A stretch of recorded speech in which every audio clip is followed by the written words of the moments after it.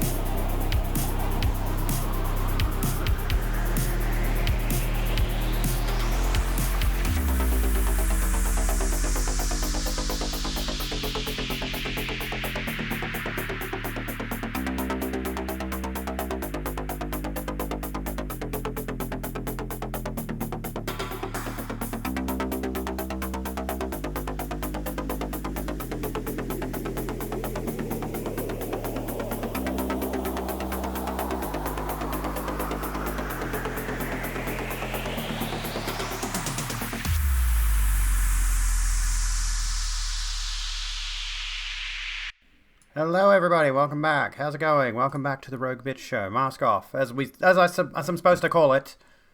As I'm supposed to call it. This is supposedly a talk show that has a name that I haven't made branding for. I'm really terrible at this. Look, I promise I will get into some aesthetic upgrades soon. I promise. Okay? But for right now, that's the branding you get. Down there is some letters on a screen. Is it a talk show? I mean, realistically, yes. I bring up a whole bunch of topics and we talk about them, and oftentimes they get a little bit, sometimes they get a bit deep, I suppose. So yeah, I'd say it's a talk show. Not like a midday talk show, but in a sense, it's a discussion show. It's almost like a podcast, I suppose. You like today's look? Thank you. I fucked up my contouring like crazy, or something has happened, because it looks chunky as fuck around either side here. I don't know what happened.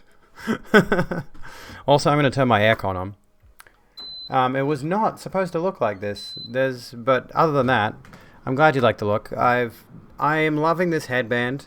This thing, whatever this is. I cannot find more dresses like this.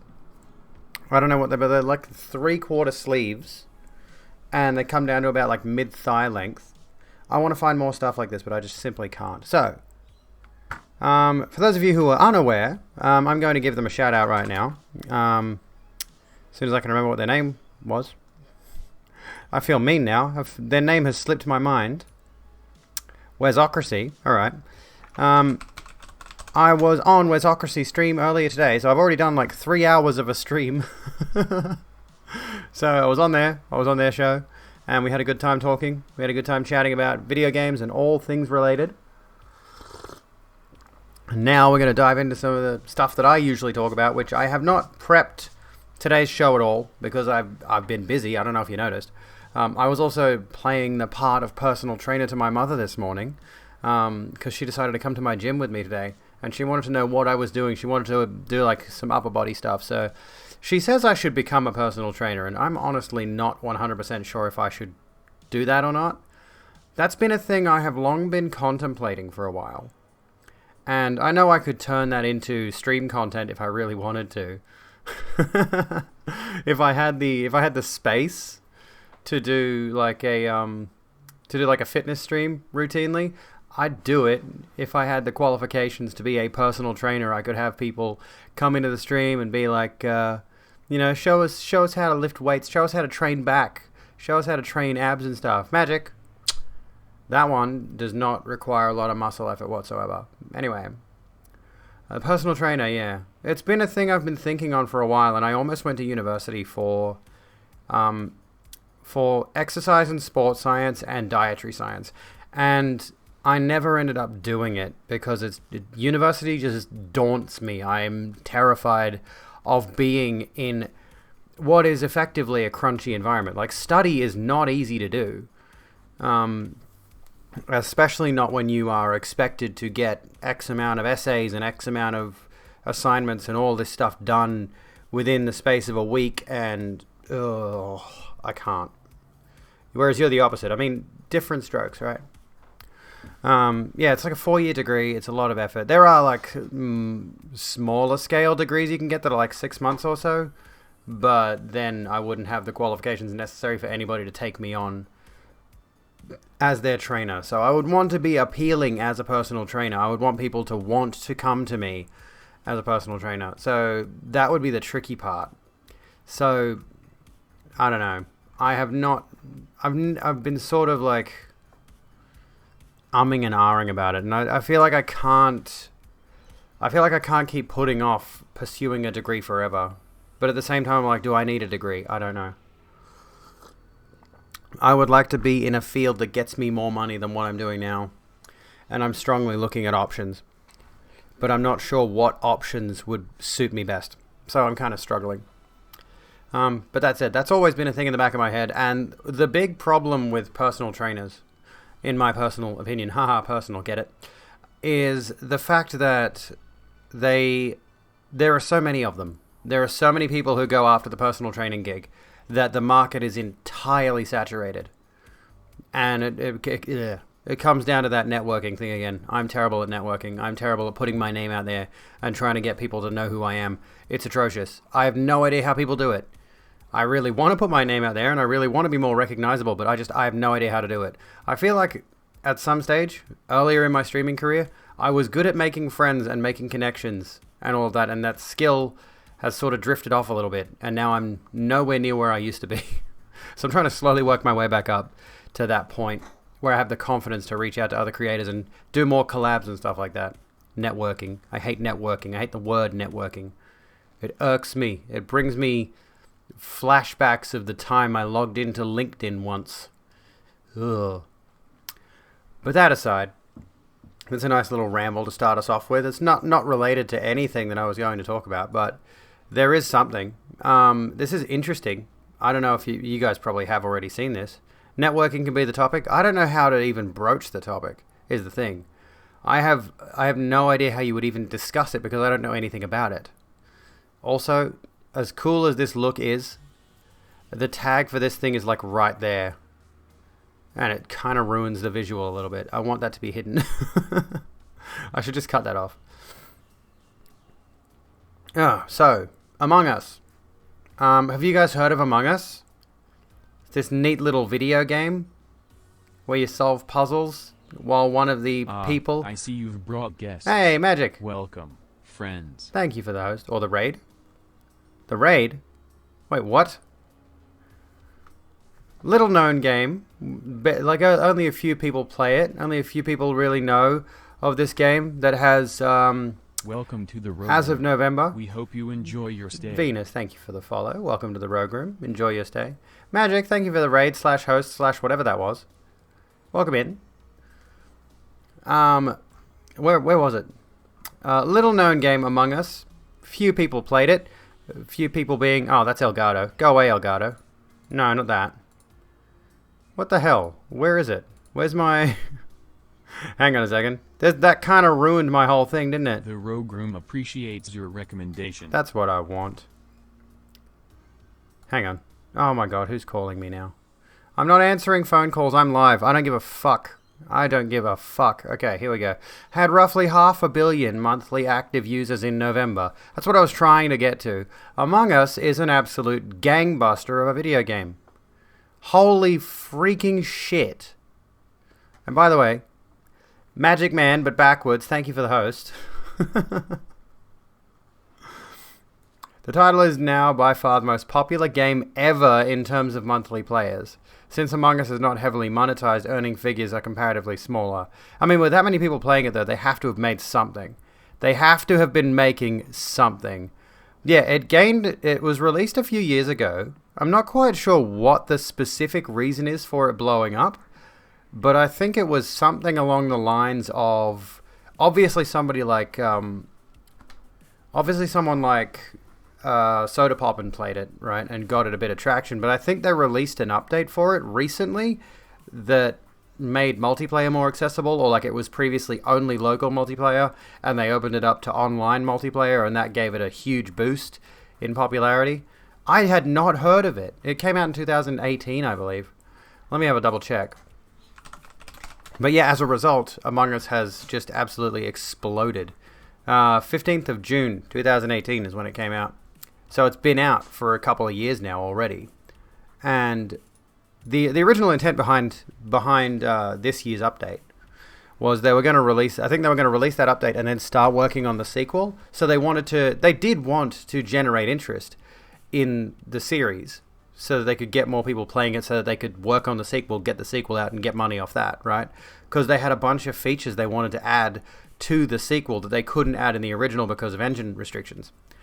And what ended up happening was the base game just exploded so much that they decided, you know what? We're not going to make the sequel. We're going to put all that effort into the original game and add new content there. So kudos to them for going that route instead of, going and making a new game. I mean, I'm sure if they did end up doing a sequel anyway, fans would buy it. But, I mean, that's a pretty pro-consumer move, realistically. It's like everyone's playing this game, focus support on that for now, and make sure that everybody's happy. And it's super cheap as well, so that makes it really accessible. What is it? It's $4 at the moment. Oh, well, $6 Australian. It's really cheap. I already have it. I've only played it like the one time though, and it's okay. It's good. I enjoy it enough, but I'm not super fussed by it, you know. Hello, Ren. How you doing? How's it going, lovely? What's going on? It's free. It's free on mobile. There you go. That would definitely have a huge impact. I mean, especially given how popular it is, how well known it is. The fact that it would be free on phones would make that a huge boost in popularity. Like if you hear about a popular game that everyone's playing and you go check on your phone, because unfortunately, mobile gaming is considered a real thing these days. If you were to go do that and you find out that the game is free, then there's all the more incentive to just download it and try it.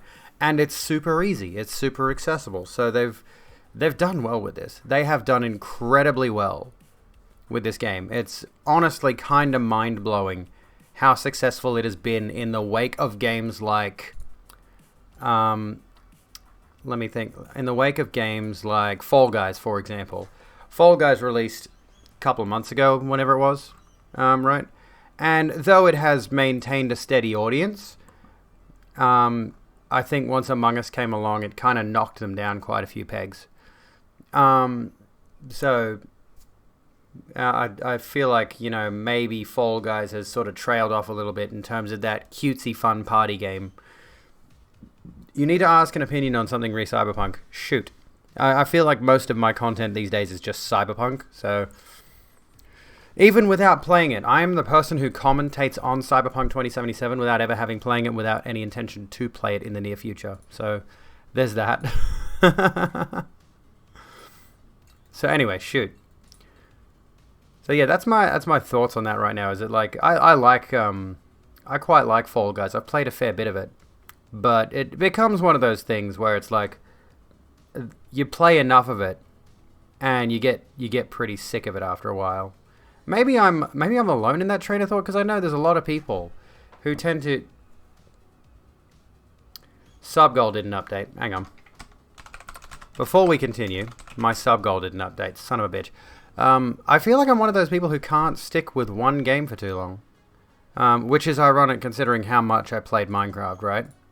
But the Minecraft thing is entirely indicative of this particular situation, in that I played so much of it that I ground myself... I burned myself out on Minecraft. And I burned myself out on... Well, the thing is, I feel like I can play... Like, I've played all the way through Skyrim, right? I played all the way through The Witcher 3, right? And realistically speaking, those games being 300-plus hour games, all you do is the same few things over and over again, especially with, like, Skyrim, where you choose a build... And it's a little bit tricky to sort of diverge from that build most of the time. Not to mention the builds themselves are very shallow. But the thing that keeps me going is there's always more narrative content, I think. So I'll do the same style of dungeon, the same areas over and over again, as long as the narrative can keep me engaged for quite a while. And that's where I think party games and live service games and things like that, at least... on a basic gameplay level, not even getting into the ethics of live services or anything like that. I think that's where live services lose me. It's like, oh yeah, the gameplay loop is fun, but I don't want to play it for 600 hours with nothing else to break up the monotony. Anyway, what's my reaction to Cyberpunk and other games when people criticize it for various reasons, bugs, glitches, saves corrupted, and people respond with, well, my game has been fine, or people talk over all the critiques with what a good game. Yeah, I hate that. I see it all the time. I see it constantly. My experience has been good. Yeah, but a lot of other people's hasn't. And the crunch and the glitches.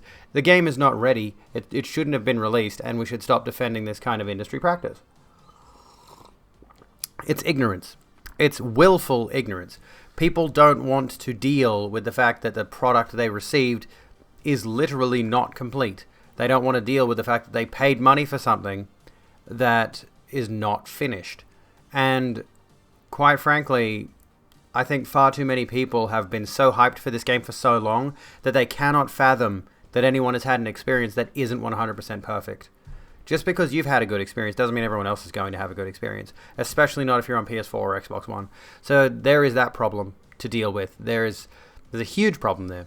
And it's that disconnect that gamers have, where they want everything to be as perfect as can possibly. Like, I mean, we see this with fanboys all the time, really. It's not a new or original thing. Yeah, I was excited for Cyberpunk. I think I might have even reacted to a trailer for it way back when.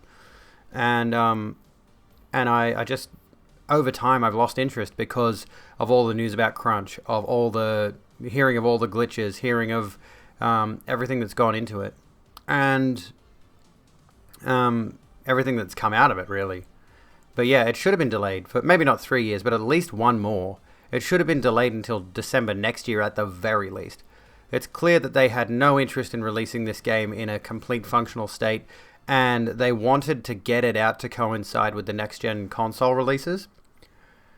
And as a result, what they did was they pushed their developers long, hard hours, and we know that if you crunch somebody, if you put somebody through excessive overtime, the workload suffers as a result. The output that they provide suffers.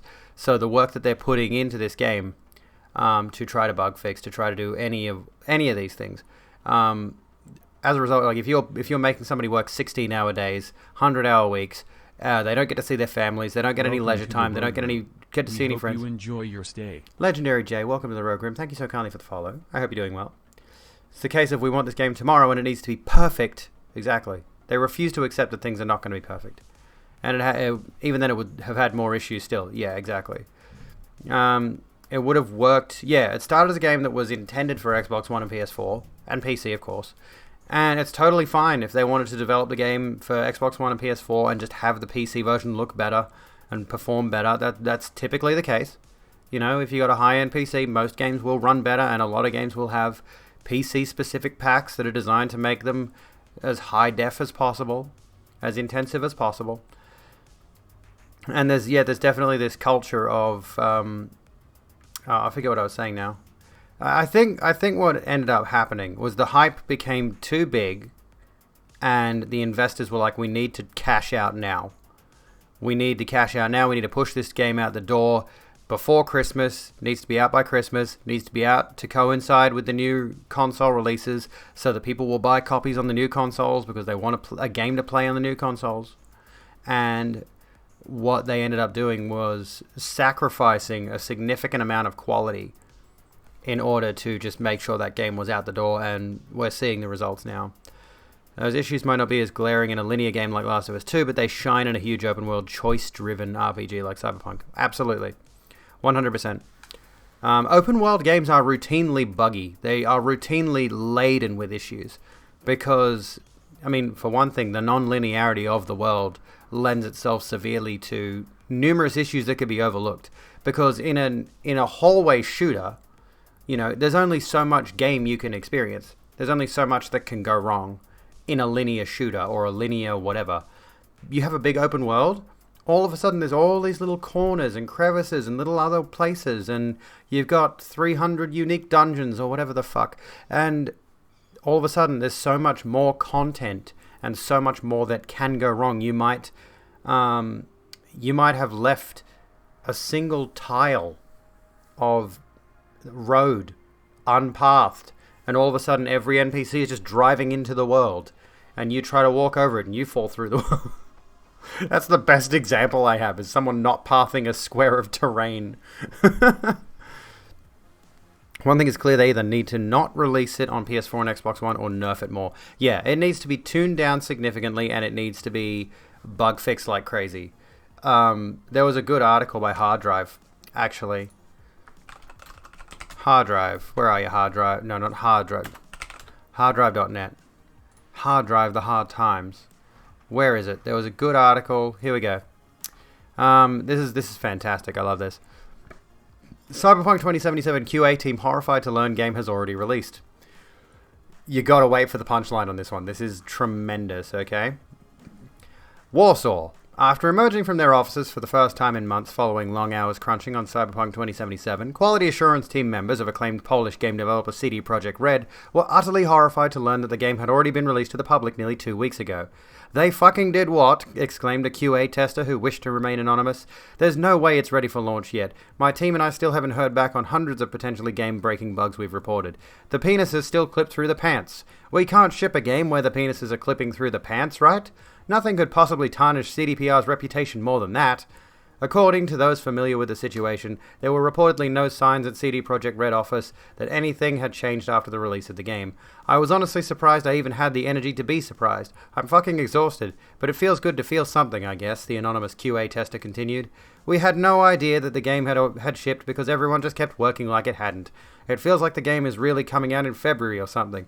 Hell, if I had walked into that newspaper stand trying to order coffee out of exhaustion, I wouldn't have even found the game had been released. At press time, the QA tester said he was hopefully going to get the green light from management to start work on the PlayStation 4 version of the game to see how it runs. That's the best bit. Hey, Day, how you doing? That is the fucking best bit. Start work on the PS4 version of the game. That is a fucking banger of a punchline. Oh my god, the fucking... That's a satire website. That's a hard drive... The hardtimes.net. Or hard drive is a part of the hardtimes.net. That's so fucking good, dude. Oh my god. Oh, this game. This game is on another level of... No, I was talking about this with Wes before. The fact that this game has had so many things wrong with it and has kept it in the news cycle has built up its hype more than anything else possibly could have. The unfortunate reality of this kind of situation is that no publicity is bad publicity. So the more people are hearing about how bad Cyberpunk 2077 is, that's more ears that are keeping themselves to the ground listening for more information about Cyberpunk 2077. And as a result, where is it? Where's the... Not that. As a result, where is... CD Projekt Red has revealed that Cyberpunk 2077 has sold 13 million copies as of the 20th of December across all hardware platforms. Yeah, it's probably going to skyrocket again. Like, with so many people paying attention to this, the moment that they actually get it patched and running smoothly on all systems... Hello, Echidna, how you doing? The moment this is running smoothly, it's probably going to explode in sales again. So, right now, 780 million in sales. Jesus Christ. Subject. Disclosure of estimated sales of Cyberpunk 2077. I mean, not all companies will do this. So kudos to CD Projekt Red for actually announcing this stuff. Management Board of CD Projekt SA with a registered office in Warsaw, hereinafter referred to as The Company, hereby announces that based on reports obtained from digital distribution platforms and data collected from physical distributors, it estimates that by 20th of December inclusive, gamers have purchased over 13 million copies of Cyberpunk 2077. This figure represents the estimated volume of retail sales across all hardware platforms, factoring in returns submitted by retail clients in brick and mortar as well as digital storefronts, i.e. the sell-through figure, less all refund requests emailed directly to the company by the publication date of this report in the framework of the Help Me Refund campaign. This is a No Man's Sky repeat episode. It may well be, because, like I said before, like I've mentioned in the past, I bought No Man's Sky on release. I enjoyed it at release, but it was pretty bare bones. And then after the fact, I mean, I haven't bought Cyberpunk 2077, so I'm not going to speak to that. But I dare say a lot of people are going to have the same situation I had with No Man's Sky. Is like after a few years, the game gets patched, it's running smoothly, it's got more content in it, and all of a sudden the interest spikes. And people who either refunded the game now or who didn't buy it in the first place are going to buy it later down the track. So the ultimate issue with Cyberpunk 2077 is with, again, all of the negativity, all of the like bad news that's been going on surrounding CD Projekt Red is not going to affect them. I speculated that this whole situation with Cyberpunk 2077 may end up affecting the company in a big way, like their stocks have dropped, their reputation is tarnished, and all of this kind of stuff. But at the end of the day, realistically speaking, what's the likelihood that this ends up being a big win for them? There is a possibility this ends up being a big win for them. I'm basically playing devil's advocate to myself. We may end up seeing a huge spike in interest after they fix it, because this is going to stay in the news. This game is going to stay in the news. The issue is the practice of overhyping and early releases. It is. Like, this game was announced in 2013 with a CGI trailer. Like, they'll turn it into a win. I think they'll turn it into a win. Yeah, this game was announced in 2013 with a CGI trailer, which was really catchy, really cool, had some good visuals, had some good music to it. It got people interested in the setting. They released a bit of info. They told us what it was going to be about, and then nothing for a few years. And then they start previewing it, and I think back in 2019 or 2018 they showed gameplay footage, which is now not accurate to the actual game itself. I may need to go and see if somebody has done a comparison between like the E3 trailer footage and the current gameplay footage. If they just waited to release it without or very minimal bugs, it would have been better for them. Ideally, yes. If they had a good release for this game, it could have been on another level. But I think all of this has been such a hugely negative thing for CD Projekt Red. Isn't it totally different gameplay? I think it may be. Let's see if we can find something. Someone may have done E3 versus PC. E3 versus PC. There's demo and there's retail footage. That's not really what I want. I want a preview of. I want a preview of somebody who's played like here we go. 2018 versus 2020 graphics comparison. Here we go. 1 week ago. It's IGN. Will you forgive me for watching an IGN video on stream? You'll forgive me for watching an IGN video on stream, won't you? I know we don't like them very much. Okay, let's have a look. Demo takes place near the beginning of the game. V and her friend Jackie, along with a netrunner named Tiba, are hired to find and retrieve a missing person. A girl who's located. You got to get some sleep, Ren. Have a good one. Have a good one. We love you too. Please be kind to yourself. Implant went dark. Almost clear. Go. So the same mission. Gun is held differently. Oh, there we go. No curtain there. Quite a few different environmental details. Is that her? Sandra Dorsett's protected under Echelon 2 Corpo immunity. Our girl's top shelf. This one's packing black market Zetatech repros. There's a door there instead of curtains. Back alley fix-ups. That's not really a huge deal.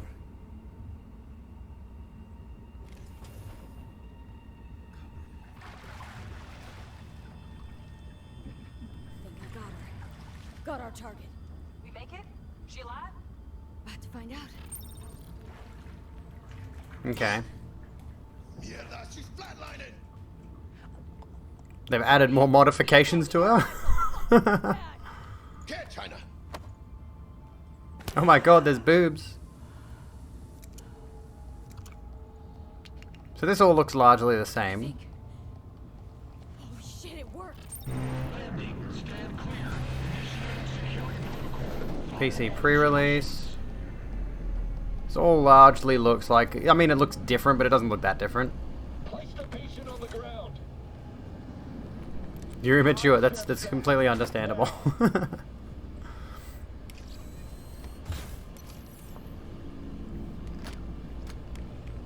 TT-133 to control.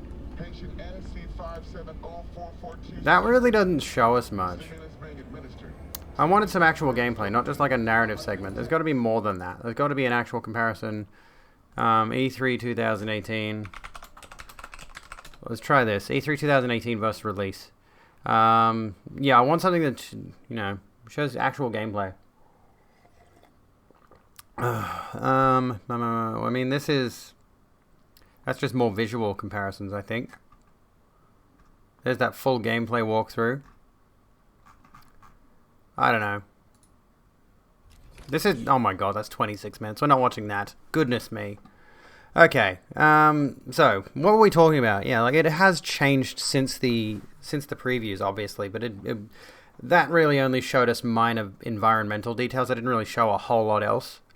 But I feel like the gameplay that I have seen versus the gameplay from the release versus the gameplay that I've seen after the release, the gameplay from the 2018 preview, for goodness sake, versus the release gameplay, what I have seen of it looks very different, and it looks very clunky, and it doesn't look very satisfying. Like, who have I watched playing it now? I've watched a few different streamers playing it now, and the gunplay looks really sluggish. Interestingly enough, like, the gunplay doesn't look very fun. I don't know if that's just me looking at it. It looks kind of boring in terms of its gunplay. It looks slow and doesn't do a lot of damage, not satisfying. I don't know. It's like RPGs, man. That's one of the big problems with them. You know, you gotta incrementally increase your stats until you're good enough to, I don't know, kill people in one shot. I just want to kill people in one shot now. Don't make me wait. I want to headshot people to death. What does everyone have? Like cyber augmentations in their skull for like bulletproof plating, bulletproof plated skulls? Probably, most likely. Angry Joe tore it apart. I need to watch his review of it. I feel like I can expect that he would have gone pretty heavy on it. I wouldn't be surprised. He tends to be pretty honest about this stuff, which is good. But yeah, overall, Cyberpunk 2077, I think there's been a ton of just general kerfuffle around it, and it's a huge mess. I don't even know where to go with this right now. I feel like I'm tired of this topic. But again, it's dominating the news cycle right now. I can't see anything else. Anything else that pops up in terms of the gaming news cycle is generally not that exciting. Nothing that's really standing out to me that I want to talk about. So Cyberpunk has become the thing that I talk about right now. So I don't know. Okay. Trump acting like a child? Isn't he always? Isn't he always? Is there anything interesting that he said? There's a thing here by Digital Foundry, how to play 60 FPS Skyrim and Fallout 4 on Xbox Series X and Xbox Series S. That's a thing. What else is there? Hades is IGN's Game of the Year for 2020. That seems to be well deserved. I really need to give that a go. I need to give Hades a go. Let me have a look here. What else is in this? There was something else. We did the Among Us thing. We did the CD Projekt Red thing.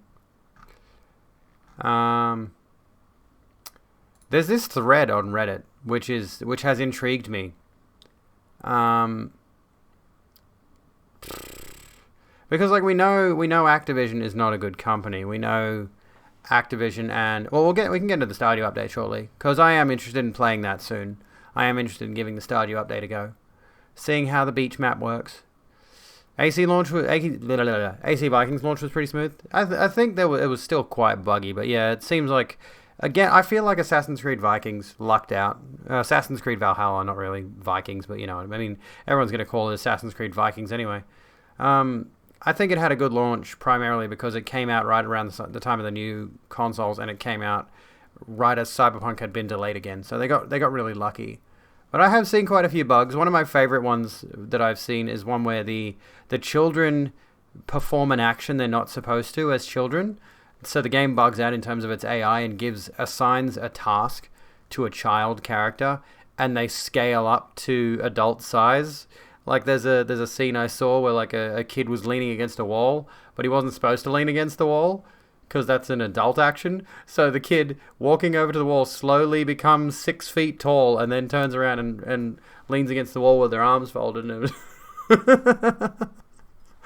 plus I've seen people falling through the ground, swimming around underneath the earth and stuff like that. I think that actually happened on someone's stream. I was watching them play Assassin's Creed Valhalla and they got stuck under the world for quite a while. Yeah. Every time you drive with an NPC on their quest in Cyberpunk or in in Valhalla. Yours was bug free. I mean that's the thing, isn't it? It's like everyone's experience is going to be different. But generally speaking, a lot of bugs are repeatable, or a fair few bugs can end up repeatable. Reproducible, I believe, is the terminology they use, where it's like they redo bugs in order to fix them. Of course, they got to find out exactly what causes it and then try to patch that out of the game. The cops are just like, carry on, citizen. I've heard really bad things about the cops in Cyberpunk, and it disappoints me so much. Because, I mean, you could chalk this up to the fact that, and I think they lied. I still think CD Projekt Red lied about this, which is not surprising at all. I feel like they lied about the fact that the game was content complete. I think there are quite a few features that I have heard that are not finished. They're implemented, they're playable. Evo, I've only got coffee. I don't have water. Hang on a sec. Let me go get water then.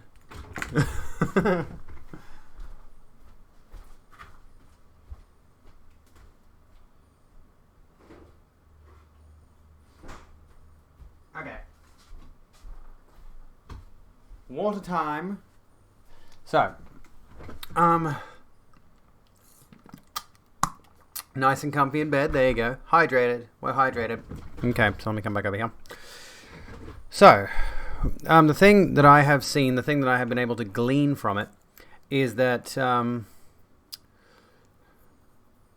thing that I've been able to glean from it is that quite a few features.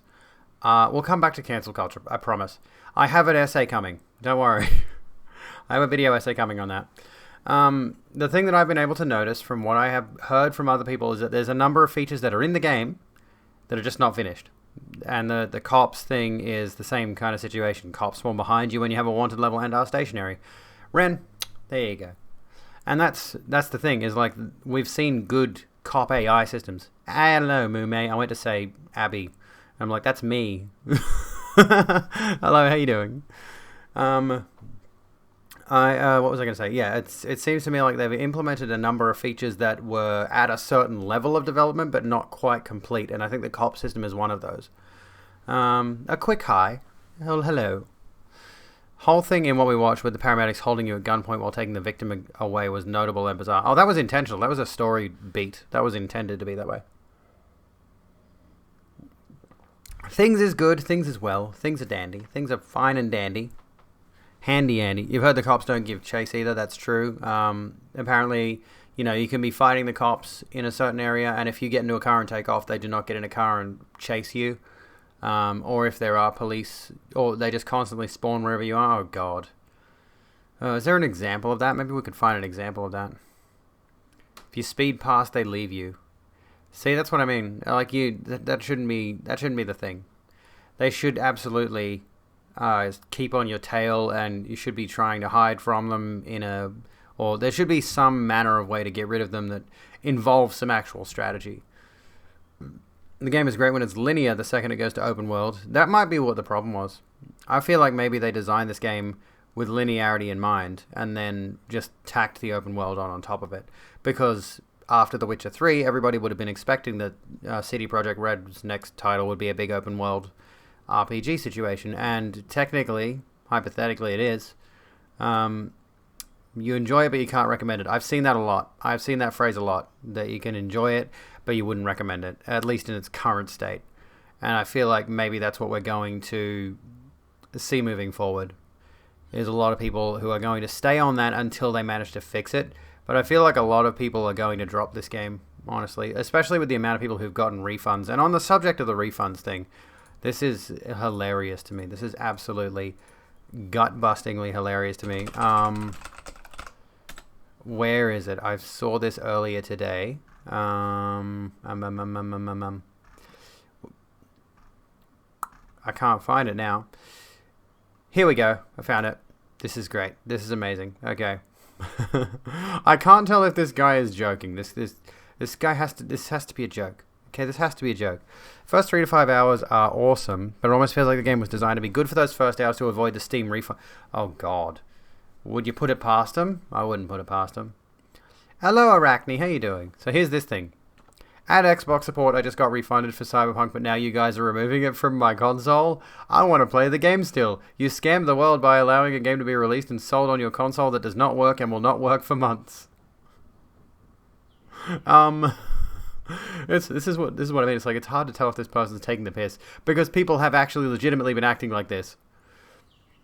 Some people are genuinely angry that Microsoft and Sony will remove access to Cyberpunk when you request a refund. They also want to keep the game and also get refunded.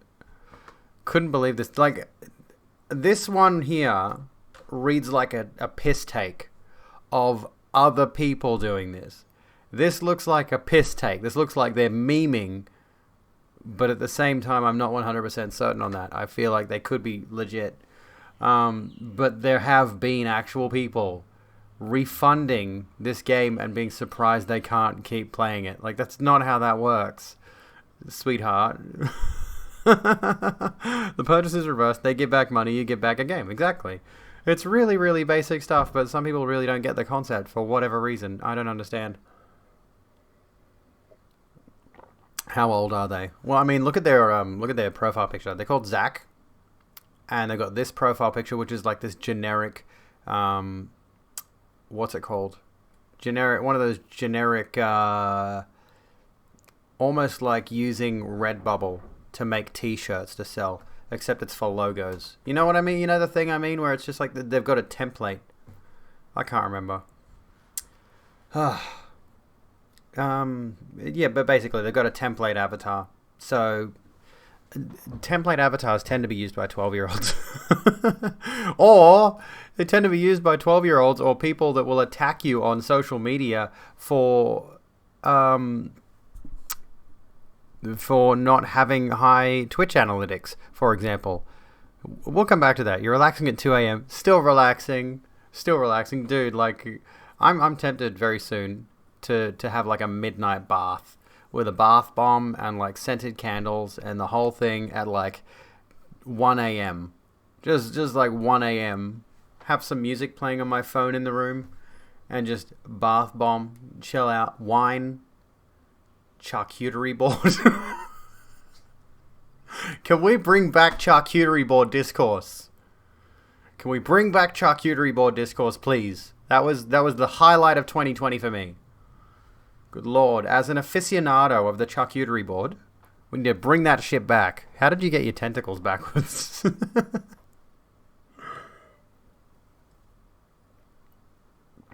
Would I recommend Horizon Zero Dawn on PC? I'd recommend it in general, and if you have a PC that can run it, go for it. It is a banger of a game. Absolutely awesome game. I love Aloy. She's one of my favorite lady protagonists in games. You're not very smart today. Oh gosh. Let me just check something really quickly. Oh, okay. I didn't get blocked. Cool. They upped the price by 3 times before you could grab it. Wait, what? Up the price of what? You got HDD, but it's a little too much game for your 1060. It's very good. It's a very, very good. It's a very good, polished rendition of that same kind of formula that Ubisoft does. Excuse me. And I feel like this could be true of a number of Sony exclusive games. And of course, HDD is now available on Steam, but it is still, a Sony title. It is still a Sony production title. So Horizon Forbidden West is going to be on PS5 and PS4 before it comes to Steam, which it may well do. But I feel like, yes, Sony and their in-house devs have a tendency to do the Ubisoft formula better than Ubisoft does. Spider-Man, Horizon Zero Dawn, Ghost of Tsushima, I'm sure there are others. I think a lot of people give some praise. Cracked King. You enjoy your stay. Or Cracked King. Thank you for the follow. Welcome to the Rogue Room. We hope you enjoy your stay. That zombie game, Days Gone, I think that was what it was called. I forget. I didn't play it, but Sony tends to take the Ubisoft formula, the Assassin's Creed formula. It's like, oh, you got a big open world. Here, go to some towers to open up an area. Here, go do these little side quests. There's a bunch of, collectibles. There's all this other stuff. And they just do it so much better than any Ubisoft game I've ever played that does the same format. And Ghost of Tsushima is my best example lately, because it's just awesome. And I really need to get around to finishing it. We played some Legends last night, which is the multiplayer mode for it. I'm not going to be checking your VOD while I'm streaming. I don't generally check people's VODs anyway, honestly. I'm too busy for that shit. So, what else are we going for? Yeah, had a lower price because your currency is worth peanuts and people abused VPNs for discounts. Oh, okay. That is such a pain, dude. Oh my god, what a nuisance. Alright, so, what do we think about this? I haven't played Call of Duty. I'm not a Call of Duty person. I don't play Call of Duty, but I wouldn't be surprised. Activision's way of advertising Cold War and its features is scammy. This is a Reddit post, so take that with a grain of salt. This is not a professional who is, doing a journalism or what have you. But I have to make another post after the one I made yesterday in the Modern Warfare subreddit, because more people should know about how disgustingly Activision started to treat Modern Warfare players after the new Black Ops Cold War release didn't go really that super well. See, I told you, they're not a professional journalist. Didn't go really that super well. Oh my god, that's a sentence fragment. We've all read it, people kept on playing Modern Warfare. So what Activision did is start promoting Cold War in Modern Warfare. I mean, they would do that anyway. What you get are pop-up ads, trailers, shiny buttons that lure you to buy the new game. Modern Warfare even disappeared from Battle.net client entirely and is only accessible via Warzone. That's really weird. That's interesting. It wouldn't shock me, though. It doesn't shock me that they would do that. Check the first screenshot. By the way, check the first screenshot. You can see Call of Duty Black Ops Cold War, right? Well, guess what? You start the Warzone game, and this is how the menu looks. It's Call of Duty Black Ops Cold War again. The game is just feeding you this new title once again. Okay. I can't tell what's going on there. But alright. Buying new... I don't know. Blah, blah, blah. That's too much detail for me. Anyway. Now the origin of my problem. The website you rarely use or visit is Reddit. I mean, Reddit's a pain in the ass. And I feel like it's gone down the drain quite a bit in recent years. Especially like we talked about the free speech situation. Or is it free speech? Like we talked about that article that somebody wrote about how there were a bunch of really toxic subreddits on the website. And as of the Black Lives Matter movement back in June, Reddit decided to curtail a whole bunch of really hateful subreddits that really took a whole bunch of people off the website. Which is a good thing. I mean, don't get me wrong. Hateful people don't deserve to have a platform. Welcome to the Rogue Room. Welcome to the Rogue Room, Room again. Enjoy your stay. We hope you enjoy your stay. I mean, I'm not saying hateful people don't deserve a platform, but what was happening was that there were a bunch of these problematic subreddits, and I had this thing where I was like, I think Reddit should have kept those sections of the site on there, even though there were probably pressure from investors or whatever to get rid of them. But they should have kept them on there because it allowed us to de-radicalize people in certain communities and counteract their viewpoints and things like that. Echidna, there you go. It's 4chan with extra steps. Oh god, I wouldn't want to go on 4chan. 4chan terrifies me personally. I used to go on there a little bit and I was just like, this place is weird. I don't like it here. Okay. Call of Duty, like many other games, lets you buy a seasonal battle pass. You play, you level up your battle pass, and as a reward, for every level you get something. I hate this whole model. I get the fact that they're monetizing, but I hate this so much. You buy a battle pass to unlock stuff that should just be in the game. You've already paid for the game. Pay more for the game, please. Battle passes fucking suck. Rewards in COD range from skins on operators, playable characters, new guns, to skins on weapons. Problem here is that they keep advertising this Call of Duty Battle Pass in Modern Warfare, even though 95% of the things you can unlock aren't even meant for Modern Warfare. They keep adding game to the end of it, and you can't really use them. Okay. Wouldn't that be a Warzone pass then? Not necessarily a Black Ops pass, unless maybe you need Black Ops to get that stuff. I'm not sure. Okay, so let's skip ahead to this person's comment. I have to admit, I only understood why OP was talking about after reading his original post on the Modern Warfare side. The problem is, Activision is advertising battle passes on Modern Warfare that can only be used on Cold War and Warzone. OP fell for this dirty tactic from Activision, bought this battle pass because he thought he could use it on Modern Warfare, only to find out he has to buy Cold War as well to use it. So, this isn't a common Activision move. This is a pretty typical move by Activision to try to squeeze more money out of its users, to squeeze more money out of its player base. Not at all surprising. But yeah, how do you turn your Reddit to night mode? Well, this is, honestly, I think it's there. It's this setting. I was going to reload the whole page. Ew, it's bright. I don't want bright mode. Ugh, ugly. And this is on new Reddit, so you can go new Reddit or old Reddit nowadays. You can swap between the two, which is a neat thing, I suppose. People who are accustomed to the old version of the website. I went to say game, not the game, the old version of the website. So yeah, this is a common Activision method of manipulating people. I think Activision is, obviously Bobby Kotick is one of those people who needs all of the money, and he needs all of the money now, so he's going to manipulate you into buying every single release of every single video game. That's why I don't support this company. Bright mode hurts your eyes. It hurts mine too. I get a bit, my, what am I thinking of? I can't think. Oh my god. My eyes get tired after looking at anything too bright for too long, honestly. And I'm surrounded by lights right now. Like, I've literally... one umbrella, two umbrella, ring light. No wonder my eyes are like aching like crazy after I finish a stream. You really enjoyed Warzone, but it was just a grindy, greedy mess. It was either grind for hours and hours and hours or spend X amount of cash. That's just the live service business model by this point. There's no reason to support this business model. There is absolutely none. And anyone who defends it is a simp. Yes, I'm going to use that terminology. Anyone who defends the live service model is a simp. I'm your hero. Oh, for the night mode thing. Hashtag ban. I'm going to say it. I'm going to say anyone who defends the live service business model of selling you a full-priced game and then expecting you to pay more money or grind a game like a fucking job. If you're defending that business practice, you are a simp. You are a bootlicker. Okay? Put your controller down. You are banned from gaming. You're not allowed to have any input on this shit. Okay? Seriously. I hate when people go out of their way to defend bad business practices in the industry.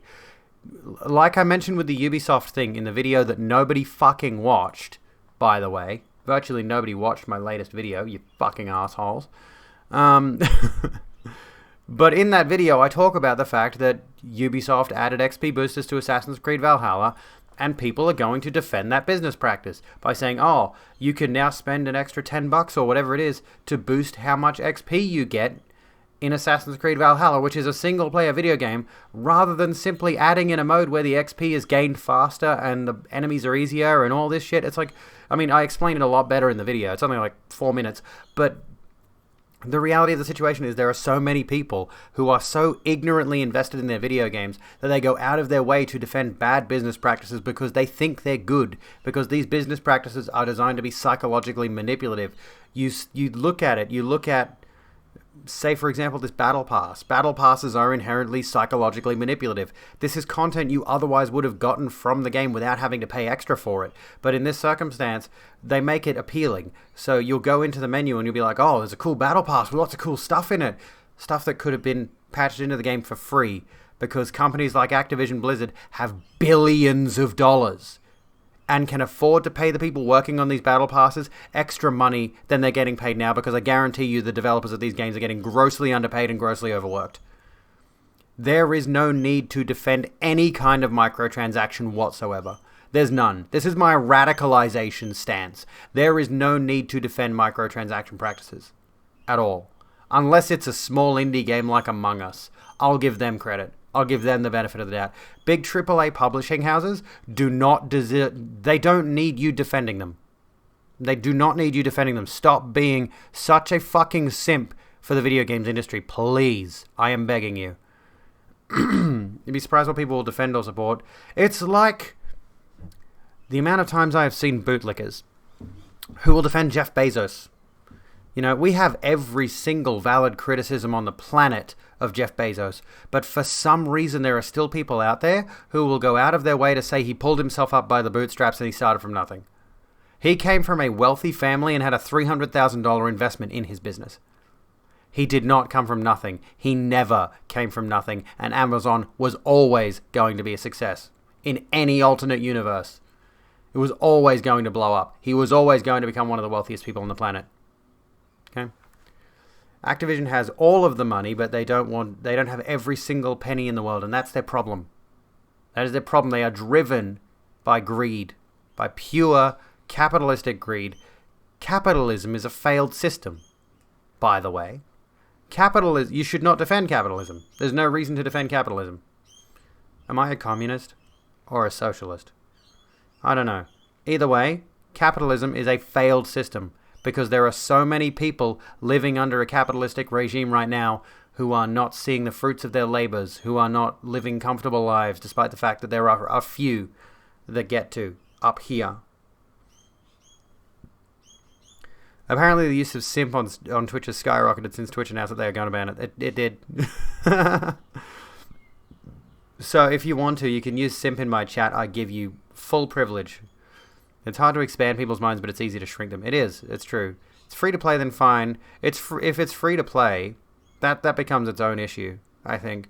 This is why I don't play free to play games, because that's another thing. Is like all of a sudden, the issue becomes, well, the game's technically free to play, thereby you can justify any number of $20 microtransaction packs, any number of, if Avengers was free, right, which it's not, it's a full price video game with massively overpriced microtransactions in it. There are skins in there that are literally 25 Australian dollars in a full price video game. There's no reason to defend capitalism unless you're in the top 1% of people who are super privileged because of it. No, not just that top 1%. Top 1%. Okay. The reason there are a bunch of people who defend capitalism is because they see themselves, and there are a lot of people who defend a capitalistic regime. They see themselves in billionaires. They see themselves as temporarily embarrassed billionaires, and all they're doing, it's like people who enter the lottery, right? Is they're waiting for their shot.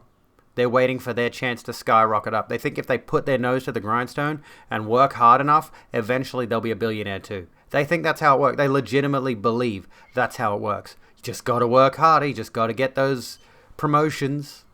That's all it is. Just got to cozy up to your manager and get that promotion. Or you'll be a billionaire in no time and you'll retire with several McMansions. Then why don't more people have McMansions? You idiot. It's a failed system. There are more people suffering under capitalism than thriving under it. Democracy is also a failed type of government. Well, democracy is separate to capitalism. Capitalism is democracy is a system of, how would you describe it?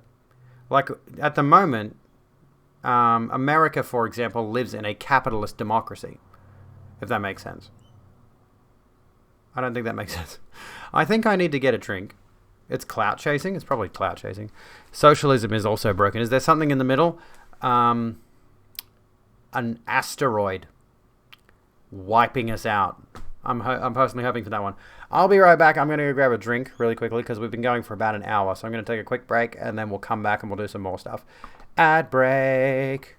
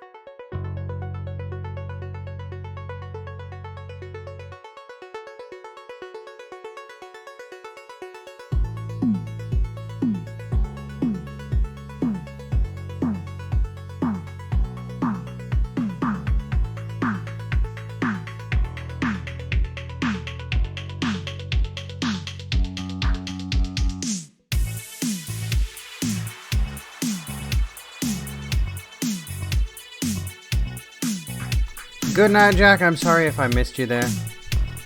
I've only just come back. Very, very short break. Didn't need to be a long one. How do I do this? There we go. Music is still too loud. By the way, I just realized I had the music turned off for that whole time since we were like watching a video of something or other. I forget what we were watching. Anyway, I wanted to talk about this whole democracy versus let me just get rid of this fucking nonsense. I got notifications out the arse on my phone. Democracy versus capitalism. See, the thing is, yeah, democratic capitalism. They are two separate institutions. Democracy being a system of government and capitalism being a system of economic system, basically. Yeah. Does that make sense? Yeah, there's two separate ideas there. So if we go to capitalism, like I know this is like not the best thing to do, but we're gonna use Wikipedia. Everyone's favorite. We're gonna use Wikipedia. I need to turn off my notifications as well. More for an imperialist style of government, because imperialism. You see imperialism. Sorry, I'm pulling my shorts down because they're like riding up me. You see imperialism as a selfless government and is much easier to run in that way versus a democracy, which should also be ran selfless, but everyone has an opinion.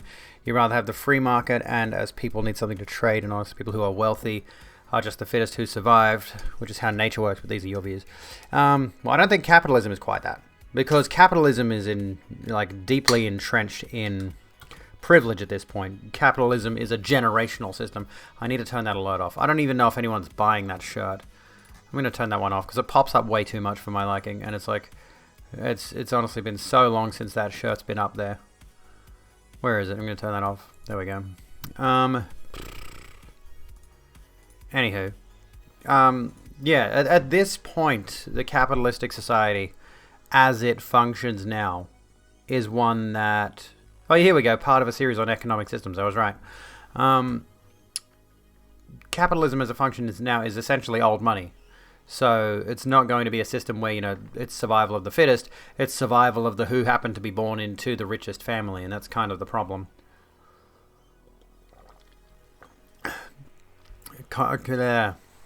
And then you got democracy, is of course the form of government in which the people have the authority to choose their governing legislators.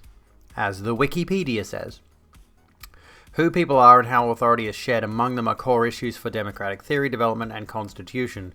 Cornerstones include freedom of assembly and speech, inclusiveness and equality, membership, consent, voting, right to life, and minority rights.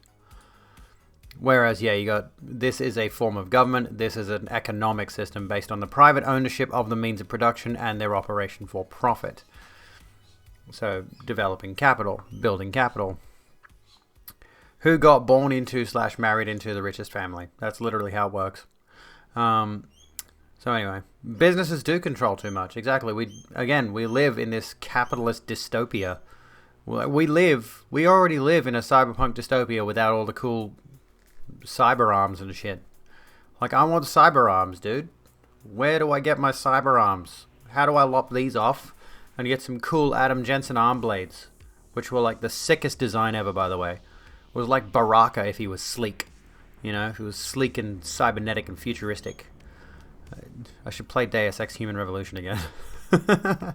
Ironically, I never used the arm blades in my first playthrough of that game because I was trying to go the pure pacifist route, and I fucked it up right at the end by throwing a fridge at a dude. How was I supposed to know that he would die taking a fridge to the face? I didn't anticipate this. Have you missed much? Hard to say, honestly. We tend to skip through topics pretty quickly. So, critics of capitalism argue that it concentrates power in the hands of a minority capitalist class. That is literally how it works. That exists through the exploitation of the majority working class and their labor, prioritizes profit over social good, natural resources in the environment, is an engine of inequality, corruption, and economic instabilities, and that many are not able to access its purported benefits and freedoms, such as freely investing. See, that just literally, that's my entire philosophy right there about capitalism. God, I'm a stereotype. Jesus Christ. You accidentally killed someone when the enemy bot ran over his body. I was so disappointed. I got to the end of the playthrough of Deus Ex Human Revolution, and I'm like, where's my pacifist Welcome to the Rogue thing? Room. We hope you enjoy your stay. Arachne, thank you for the follow. Please enjoy your stay. I got to the very end of the game, and I'm like, where's my pacifist achievement? Steam, where's my pacifist achievement? And then I thought back, and I'm like, I threw a fridge at a dude in that one level. How did I thought he was alive. Move the unconscious enemy somewhere safe. No, I threw it at him while he was awake. I was out of options. I had no less than lethal options, so I was just like, fridge? And I was trying to do the stealthy playthrough where I wasn't getting seen by anyone. Oh, I gotta replay it. It's such a good game. Deus Ex Human Revolution is such a good game. There should be some kind of regulations on what kind of businesses should be ran. This is just me, but things like healthcare, heating, electric, water should be controlled and distributed by the government. Agreed. I 100% agree with that. Healthcare. Let me see if I can find this. Universal. Somebody mentioned this. Universal healthcare. Right versus left. Like the. Okay, so I'll try to see if I can explain this, because I don't know if I'd be able to find the exact wording that they used. But universal healthcare is a good example, right? Because we have it here in Australia. We've got Medicare.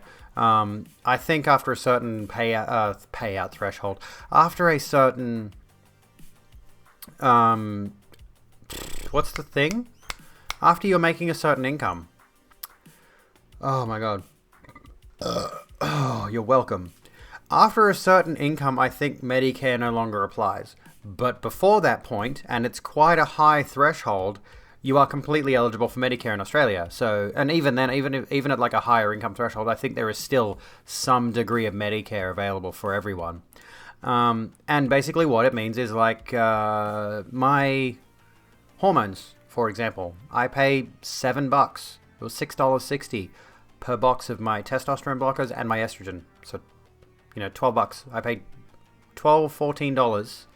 Hey, Rena, my scarf looks nice. Thank you. It's actually the sash of this scrunchie. Like, they go together, but I can untie them, and I'm just like, I'm going to wear this as a scarf because it's cute.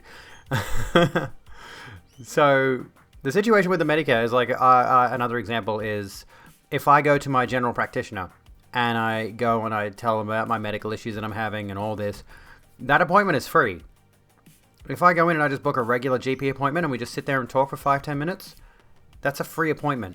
I don't have to worry about the fact that I might be up for several $100s for a general practitioner's appointment. It's completely covered. $12 for my meds, yep. $6.60 per packet of medication. So for like a month or 2 months of a script, $6.60. And let me actually, you know what? I can check this. My nails are looking awesome, thank you. I need to paint them, but they are looking quite nice. They're long and ASMR clacky. Let me see if I can see here. I have an app on my phone, a Medicare app on my phone that might actually tell me. By the way, the Medicare app dead names me because I'm not legally Abigail yet. That's always a fun thing. Let me log in. And, yep, continue. Yes, remember my card details. Claim history. Let's see here. So, let me think. Okay, here's an example. My psychologist appointment recently. I paid $195 at the office, and then a few days later, they sent me back $128.40. So I only ended up realistically paying $66.60, and that kind of thing is standard here in Australia. So it's a system covered by the government. Our Medicare system is covered by the government. Impossible for you to even imagine. Gosh. Part of the problem here in the US is that the poverty line hasn't been moved in maybe 10, 15 years. So people think they're middle class, but in actuality they're low. That is true. There's a lot of people who are living below a realistic poverty line in America. A significant number of people. Anyway, coming back to the thing about the universal health care. what goes on in the healthcare system is you got one party, like you got one side who's arguing for universal healthcare, and you got another side who's arguing against it. And one side is saying something that's like the terminology they use means the same thing, but the side arguing against universal healthcare is using terminology that makes it sound like universal healthcare is a bad system. That's the problem. That's the reason there are so many people who are against it. And I feel like if we could grab onto the people who are listening to this nonsense and say to them, listen, this is the way the situation really is. If you could explain those ideas to the people who are so against them in language that is understandable, you could sway a lot of people. But unfortunately, so many people don't want to listen to that because they have these ideas entrenched in their heads. You want to share, you run an astral realm. Don't know if I believe in spiritual stuff, but the astral and astral projection is a big part of your life, and you run an astral empire, control the heating, water, healthcare, electricity is funded by the empire. Didn't want businesses running that because they could do something to make others suffer, and you don't agree with that. I mean, I agree. I would want... There are certain, what are they called? Commodities. Is it commodities? Not commodities, although there is the talk of commodifying water, which is absolutely terrifying. We do not want to allow the capitalistic corporations that actually run the world, the lizard people, we don't want them commodifying water. Thank you very much, Nestle. Go the fuck away, you assholes. Anyway, you used to have Medicare. You can't afford to pay for even subsidized insurance, but they expect that since you can't pay $35 a month, you can pay $200 every time you need to see a doctor. That's the thing. That's the problem, isn't it? It's like, okay, how do you expect people to get medical coverage when they can't even cover like a basic tax for it because you don't give them enough money? I forget what it was I was watching. Somebody mentioned like 1 in 7 people in America live below the poverty line, and 1 in 4 of those are children. Or maybe even more than that. Maybe even a higher number than that, which is scary. Exactly. Water, shelter, food, and healthcare are human rights, and it's baffling that there is a system that intrinsically makes it difficult for some people to get those basic human rights. Will I be your ego? I can be everyone's ego. Everyone can share me. I'll be the communal ego. Slippery dick holes. What's up, Jeff? So yeah, those 4 basic human rights, the idea behind them is that everybody should have access to them. But of course, there are people who just absolutely have this system of hatred towards those who aren't contributing enough to society, largely because of situations that put them in an impoverished, undereducated situation that they can't escape from. There are a lot of people who are born into circumstances that are intrinsically working against them, and they cannot get out of those circumstances. The society around them, the system around them is built to keep them where they are, living on the streets in tents, foraging for food, you know, begging and all this sort of stuff. It's like impossible for them to get out of that environment.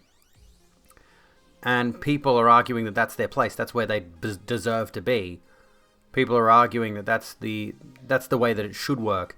Unless you can provide some kind of capitalistic value, then you don't deserve to have those basic human rights. And that's just a really disturbing mindset to have. I don't understand why we think, and I used to, I didn't used to think this way really, but you think about any time you walk past a homeless person on the street and you look at them with disdain. And I realized after seeing this, I mean, I don't see it often because where I live there aren't many homeless people around, but when I would go to the city, I'd see them all the time, and I would have that reaction of disgust. It's like, oh, there's a homeless person, gross. And I began to realize that my disgust was not with the person, it was with the fact that they had to be sleeping on the side of the road. I was looking into a glimpse of a person's life that should have been entirely private. They're sleeping. They're minding their own business. They're sitting there playing a guitar, petting their dog. They don't have privacy. They don't have their own humanity to retreat back to away from everybody else. They have to live under the shelter of a bank building or something like that with like hundreds of people walking past them every hour. Can you imagine living in that kind of circumstance? Can you imagine trying to survive in that kind of circumstance? A few years ago, you didn't have health insurance, couldn't afford it, and you actually had Money taken out of your tax return for not having health insurance. I don't know how that makes sense. They try to justify it. It's like punishing people for not having enough money for a thing. It's like fines. If you can get a fine for a crime, and let me think for a second. Like, if you can get fined for a crime, that crime only applies if you're lower class. That crime only applies if you are a low-income individual who is going to be severely impacted by that.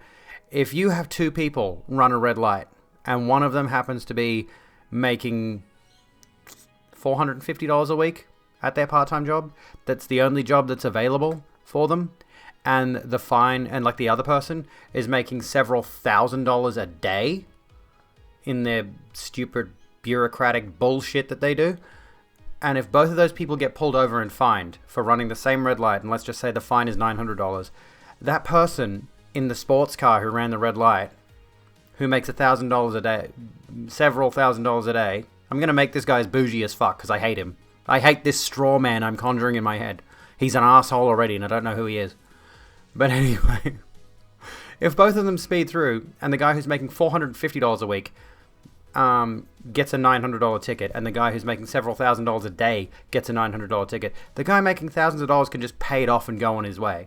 The guy who is making $450 a week, maybe even less than that, is now going to be out 2 weeks worth of food, rent, bills, etc. He's going to fall behind on all of his payments because of this system that charges him for, yes, committing a crime. You shouldn't run red lights, obviously, but that crime only applies to the poor.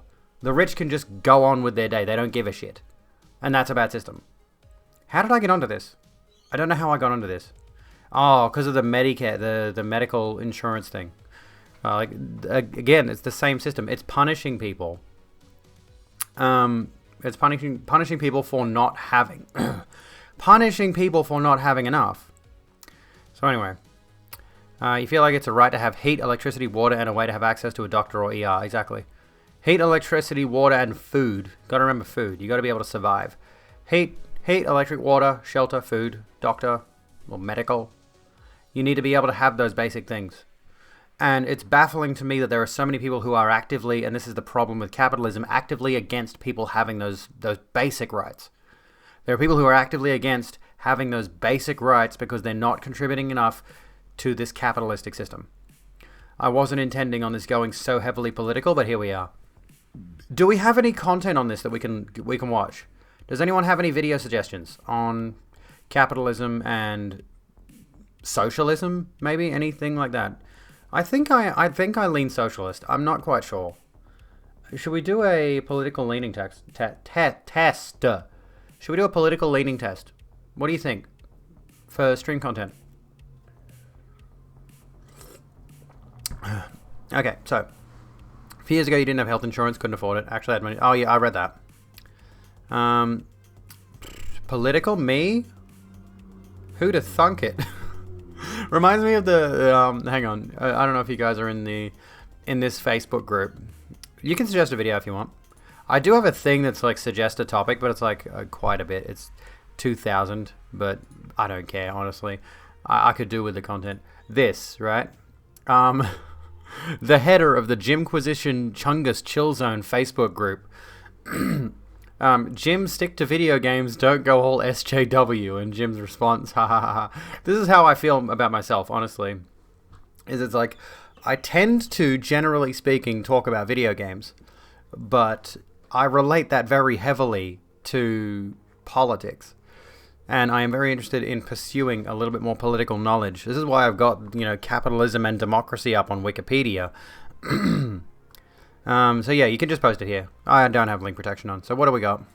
There's a chart. Wealth Inequality in America by Politizane. Here we go. Let's turn off Harris Heller for a moment and give this a crack, shall we? Shall we give this a crack?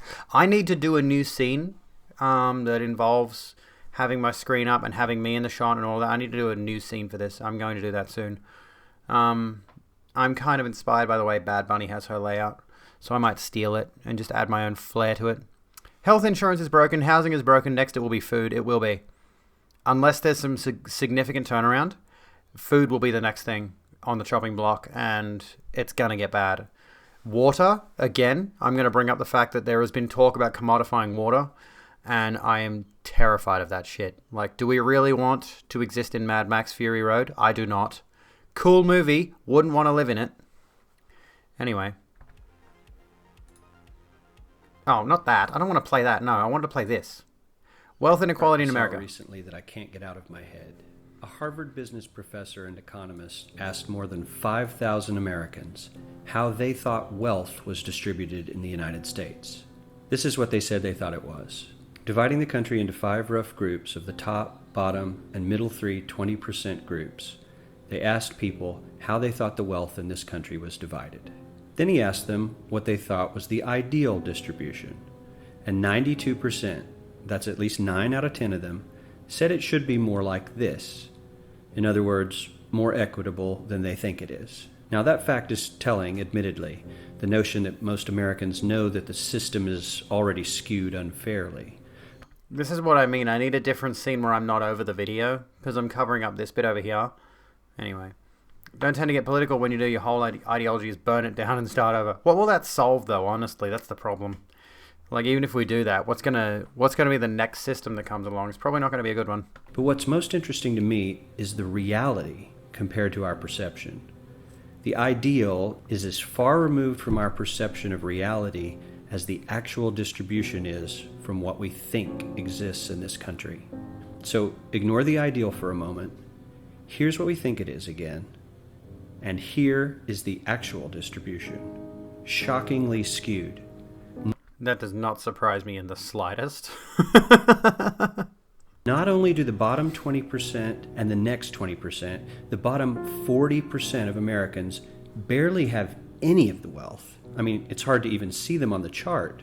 But the top 1% has more of the country's wealth than 9 out of 10 Americans believe the entire top 20% should have. Mind-blowing. But let's look at it another way, because I find this chart kind of difficult to wrap my head around. Instead, let's reduce the 311 million... By the way, it's worth noting that even though we do talk about American politics here, this does apply to a vast majority of Western countries at the very least. Probably the vast majority of countries across the world and wealth distribution across the world, especially in places like China, honestly.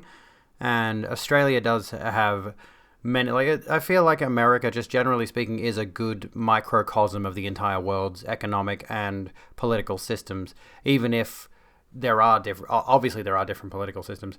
But and this is not related to anything, this is just a mildly amusing anecdote that I heard the other day. I can't remember. Oh, yeah. Somebody was trying to trash on socialism the other day. And they said that what was it? Yeah, somebody was trying to trash on socialism by saying that the Nazi Party was the National Socialist German Worker Party or something like that. And somebody else made the amazing point of North Korea is technically known as the Democratic People's Republic of North Korea. I feel like it's a great indicator as to why certain people have a skewed view of socialism, is because they get given little snippets of information that are completely inaccurate. A friend and you were talking about a similar issue, and she pointed out that when The Simpsons came out in the late 80s, early 90s, they were supposed to be a poor family. They were supposed to be poor, and yet they owned a house, a car, a good job, and 3 kids as a poor family. Yeah, Homer's the only one that works, and he works a pretty dangerous, laborious job that he's bad at. There's no reason that, right now, The Simpsons are in a really good place financially if you look at the circumstances that they've got going for them. Million Americans to just a representative... By the way, 311 million Americans. When was this released? 2012. So this is 8 years old, by the way. But this information is still either accurate or worse than it is going to be represented in this video. 100 people. Make it simple. Here they are. Teachers, coaches, firefighters, construction workers, engineers, doctors, lawyers, some investment bankers, a CEO, maybe a celebrity or two. Now let's line them up according to their wealth. Poorest people on the left, wealthiest on the right. Poorest people on the left, wealthiest on the right. Just saying. Way phrased that. Steady. Even though, You know, there's a lot of people on the right who are very, very poor, who are feeding into the system that punishes them. And this is why we need to save people from capitalism. Row of folks based on their net worth. We'll color code them like we did before based on which 20% quintile. They don't know any better. That is the problem. The unfortunately what's the phrase I'm looking for? The unfortunate indoctrination towards willful ignorance is the major issue with a lot of impoverished people, a lot of poor people who get really political. I've noticed this. A lot of really poor people get very, very political. But again, they skew towards that thing. These are people who buy lottery tickets. You know, these are people who think if they just feed themselves into the meat grinder, eventually they're going to come out the other side as billionaires. And as a result, they support the billionaires. They support the wealthy people. They support the ones who are in charge of particularly... I'm trying to do a stream. Like, I'm trying to do at least one stream where I don't say the F word. Not fuck. And not the one for bundle of sticks, but I'm not going to say that as a general rule anyway. Stop it. You don't need to use that word for a particular kind of political regime that oppresses the lower class intrinsically. Concentration camps. Like, that word. I gotta stop using it. Anyway. Quintile they fall into. Now, let's review the total wealth of the United States, which was roughly $54 trillion in 2009. Oh my god, okay, I thought the 5 was the dollar sign and it was $4 trillion. To this symbolic pile of cash. And let's distribute it among our 100 Americans. Well, here's socialism, all the wealth of the country distributed equally. Just imagine that, like, this group over here behind me has no money. That would be nice, is if this group over here had none of the money. Take all the billionaires, strip them of everything they own, and then hang them and decapitate them in the streets, please. We all know that won't work. We need Not even kidding. Can we please string up Zuckerberg, Bezos? Fuck it. Throw Gates in there. to encourage people to work Musk. and work Fuck 'em. hard to achieve that good old American dream and keep our country moving forward. So, here's that ideal we asked everyone about. Something like this curve. This isn't too bad. We've got some incentive, as the wealthiest folks are now about 10 to 20 times better off than the poorest Americans. And, like, this doesn't even... Yeah, like he's saying, this doesn't look that bad. This does look like a really reasonable way to skew things. You know, it's unfortunate that we don't live in an ideal world. But hey, Because inevitably, you know, if we keep money, unfortunately we have to keep money. We have to continue having money in things. I don't like it. I'd like to throw all the rubles away. Thank you. Do away with them. And stop commodifying literally fucking everything. But, yeah. Anyway, there's nothing I can add to this. I'm just going to keep letting it go. even the poor folks aren't actually poor, since the poverty line has stayed almost entirely off the chart. We have a super healthy middle class with a smooth transition into wealth. And yes, Republicans and Democrats alike chose this curve. Here we go. That's 9 better. out of 10 people, 92%, said this was a nice, ideal distribution of America's wealth. But let's move on. This is what people think America's wealth distribution actually looks like. We're not even at the bad part Not as yet. equitable, clearly. But for me, even this still looks pretty great. Yes, the poorest 20 to 30% are starting to suffer quite a lot compared to the ideal, and the middle class is certainly struggling more than they were, while the rich and wealthy are making roughly 100 times that of the poorest Americans, and about 10 times that of the still healthy middle class. Sadly, this isn't even close to the reality. Here is the actual distribution of wealth in America. Good The God! poorest Americans don't even register. They're down to pocket change. And the middle class is barely distinguishable from the poor. In fact, even the rich between the top 10 and 20 percentile are worse off. Only the top 10% are better off. And how much better off? So much better off that the top 2 to 5% are actually off the chart at this scale. And the top 1%, this guy, well, his stack of money stretches 10 times higher than we can show. Here's his stack of cash. Oh my God, this is traumatizing. Because this is an 8-year-old video and it's absolutely 100% accurate to today. This is literally exactly what we're going through right now. I had a family member during the last, not most recent American election. If you run out of food and your neighbor has a Bernie sign, go steal the food from them. They don't have guns. And you asked, why steal it at gunpoint? We'll give you some of it. That's the whole point. Exactly.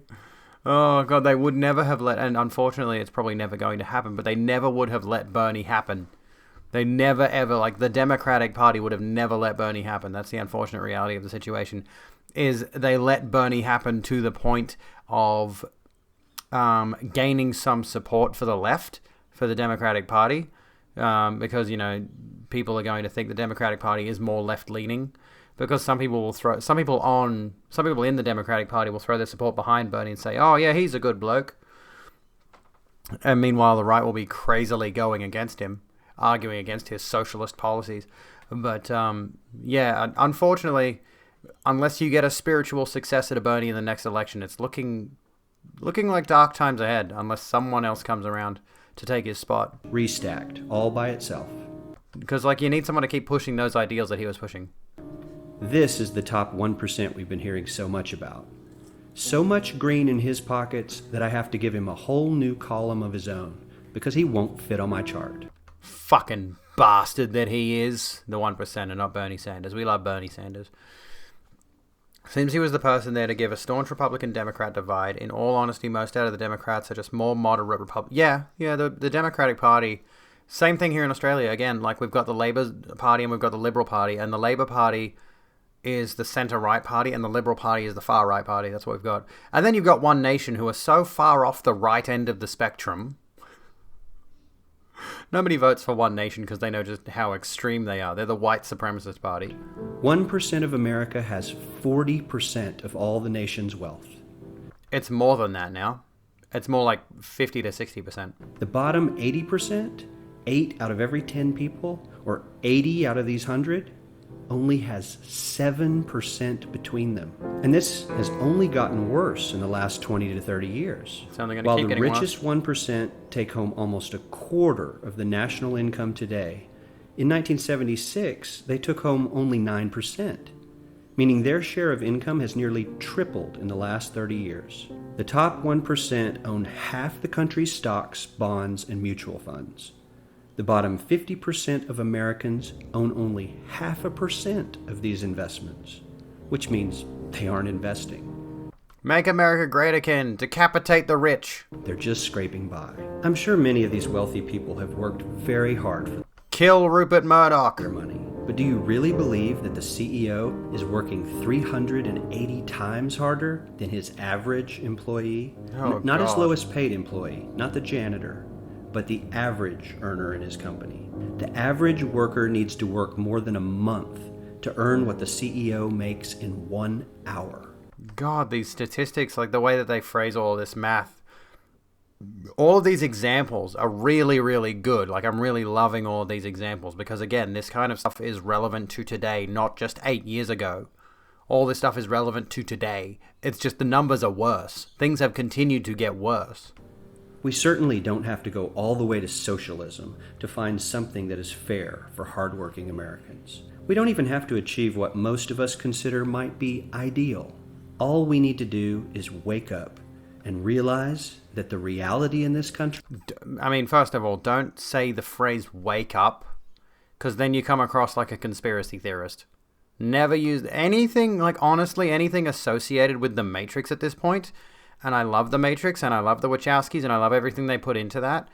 But if anyone is using Matrix-related terminology, please do not please don't listen to those people who say, did you take the red pill? Wake up. Free your mind. Any of that bullshit. is not at all It's what sad, because the Matrix is really good and has good messages. we think it is. This work is free to copy, distribute, display, and perform or make derivative. I wish they would show that at the beginning of these things. Because imagine if they said at the end, you cannot share this freely, you cannot perform this freely. Ya fuckface. Matrix is a trans allegory, it absolutely is. Okay. Twitface. Look, there's Rosie. Should we share this on Twitter?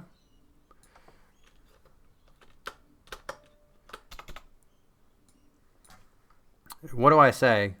The Abby pill. Take the Abby pill. What should I say? What do you think I should say? Anyway, the whole not dissociating from the Proud Boys thing and telling them to be on standby. Standby? Yeah, telling them to stand back and stand by, or whatever it was, stand down and stand by. Like, dude, the guy asked you to distance yourself from white supremacists and your response is stand down and stand by. Obviously America voted against him. Obviously he lost, and he lost severely, and it's hilarious to see him writhe and worm and try to change the outcome of everything that's happened. It's fucking hilarious. I'm losing my shit internally knowing that he can't handle the fact that he lost. There's a good video about the pre-2016 election, actually, that goes into that very thing. We might try to find that in a moment. I can't remember exactly what it is. So many people still won't acknowledge it. Yeah, exactly. Should I share this? How do I share it? I don't really share videos other than my own on my Twitter, and I feel like it'd be a weird thing to do. What was I doing? Hang on a second. So, we'll put it in the Discord for now. So if anyone missed that, we'll put that in the Discord. La-di-da-di-da. We'll put that in the assorted media. There we go. The reason you shared that with you, send it. Okay.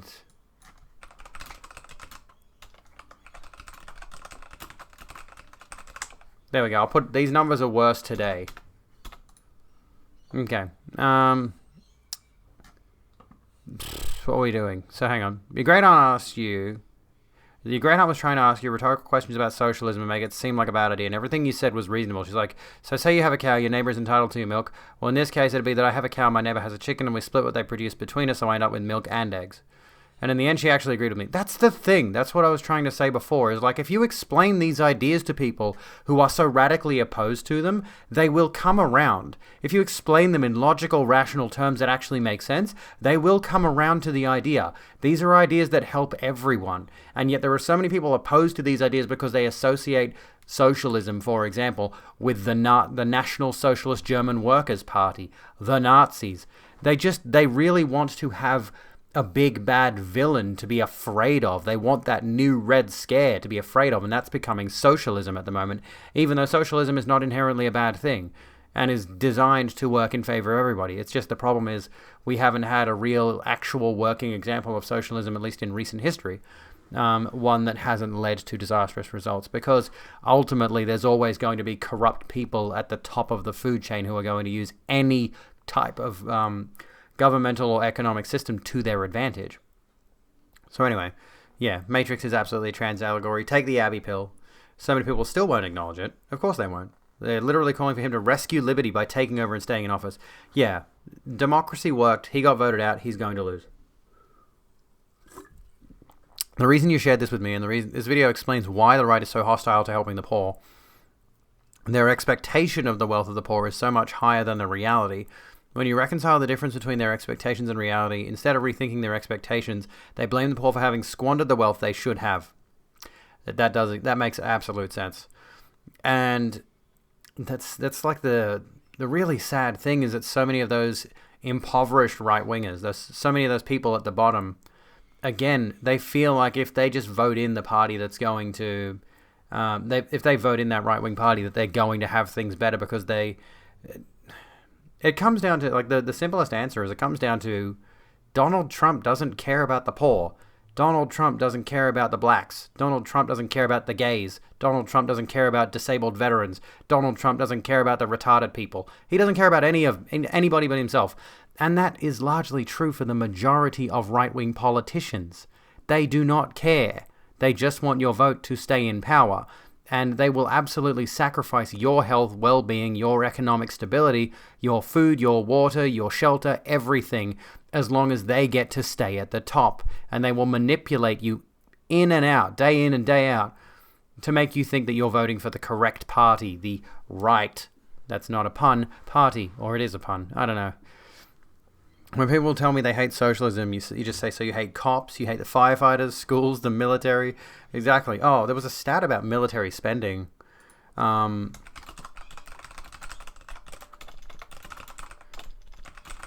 Versus other budget. Where is it? The US out. No, I don't want to look at US military spending versus the world. I want to look at comparison of their spending versus everything else. US military spending, US budget spending. There's either a pie chart or excuse me. This does not seem accurate at all. That's because it doesn't include defense 12%, 2018. My ass. That's not accurate at all. How the fuck? Somebody find me a statistic that's actually accurate. What does the US spend the most money on? Social Security is the largest mandatory spending item, taking up nearly 38%, or $1,050 billion of the $2,736 billion total. Jesus Christ. Okay. So hang on. Does this bother anyone else? Defund does not mean abolish. With the defund the police argument, people are asking, so you think we don't need cops? I mean, no. No, but yeah, defund the police. Oh, that's what it was. Oh my god, hang on. Not military spending. Police spending. Goodness me. I don't know where the actual graph was, but there was a graph that showed police spending rates versus welfare, education, all of these other things across, like the average across states in the United States. And, you know, here's the police bar. It's all the way out here. And, like, education is the next one with, like, this much. And then everything else is smaller than that. Like, it was crazy, this statistic. The amount that is spent on police, on having them geared to the teeth, because they are so close to being like an occupational force. Like an occupation force. Like defunding does not mean abolishing. It doesn't. It means removing a lot of that funding and putting it into other systems that need that money. Defund the police and the military, we do need them, but we don't need the amount of funding they receive. Exactly. There's no need for it. It's because there is this arms race that's going on. Oh, also, we don't have music. Let me get the music back going. That helps a little bit. I feel like the music might actually jig my brain a little bit. Oh, this is turned up too high. Hang on. What I might do... go down. Can you hear the music alright if I do it like this? Can you hit a quick, out of the oven, fresh, spicy dab? Not for free. Cheers 69 bits and I'll do it. There we go. I need to start adding the bit alerts, the different bit alerts. I'll try to do that after Christmas, I think. After Christmas. Ugh, I hate Christmas. That's a thing as well, isn't it?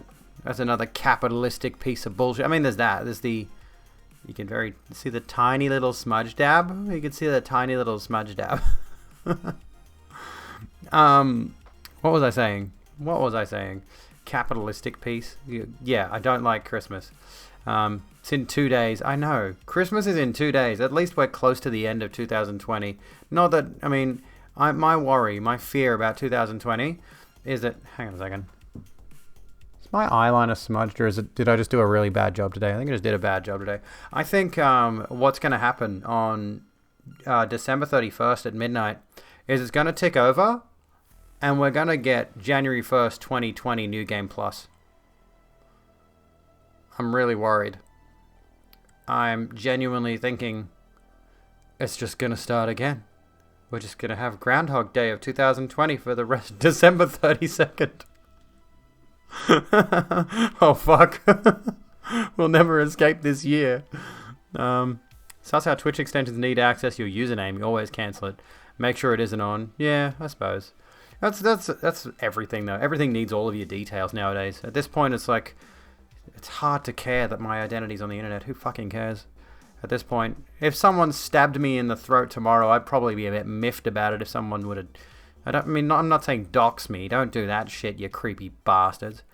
What do I think about capitalism? Trash the whole system. Burn it down to the ground. Start over.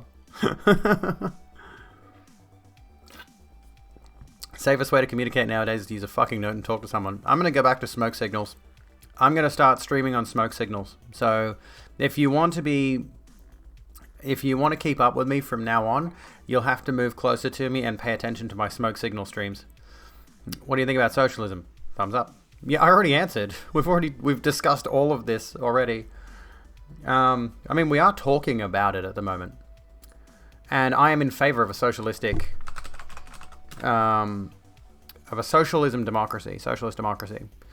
And, you know, fly red flags and stuff. Not those red flags. I know the ones you're thinking of. The coined term defund the police is such a poor description of what the movement is. I agree, Tickle. And this is unfortunately the reality of any of these like pop phrase kind of movements. Is that like I agree with Black Lives Matter. I agree with defund the police. I agree with ACAB and all these other little snappy terms. But the problem is if you're just waving a sign that says Black Lives Matter, the first response people who are opposed to it are going to think is you think only Black Lives Matter. If you wave a sign that says defund the police, they're going to think strip the police away and burn the entire institution to the ground. Like they don't want to think about the nuance, and that's the problem of doing that kind of snappy phrase is it strips away any of that nuance. It strips away any of that ideology that is essential to these movements. You need to be able to further elucidate your points. You need to be able to make it clear this is what we mean by defund the police. So many people think defund the police, they'll see that phrase and they'll just simply say, oh, you want the police to go away for good. You don't want to be able to call anybody when your neighbors are having a domestic with knives at each other's throats. You don't want to be able to save people who are getting assaulted in the streets by not being able to, you know, contact the police because the police will be stripped away.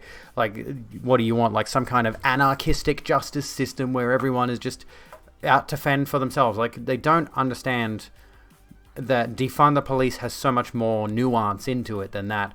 And that is the fault of the movement that is using defund the police, Black Lives Matter, and all these other little catchphrases. Well, it's not. It's not the fault entirely of them. It's the fault of... It's the fault of every single side not communicating correctly. What do I think about Leon Trotsky? I need to read more on him. I know of him, but I don't know enough about him.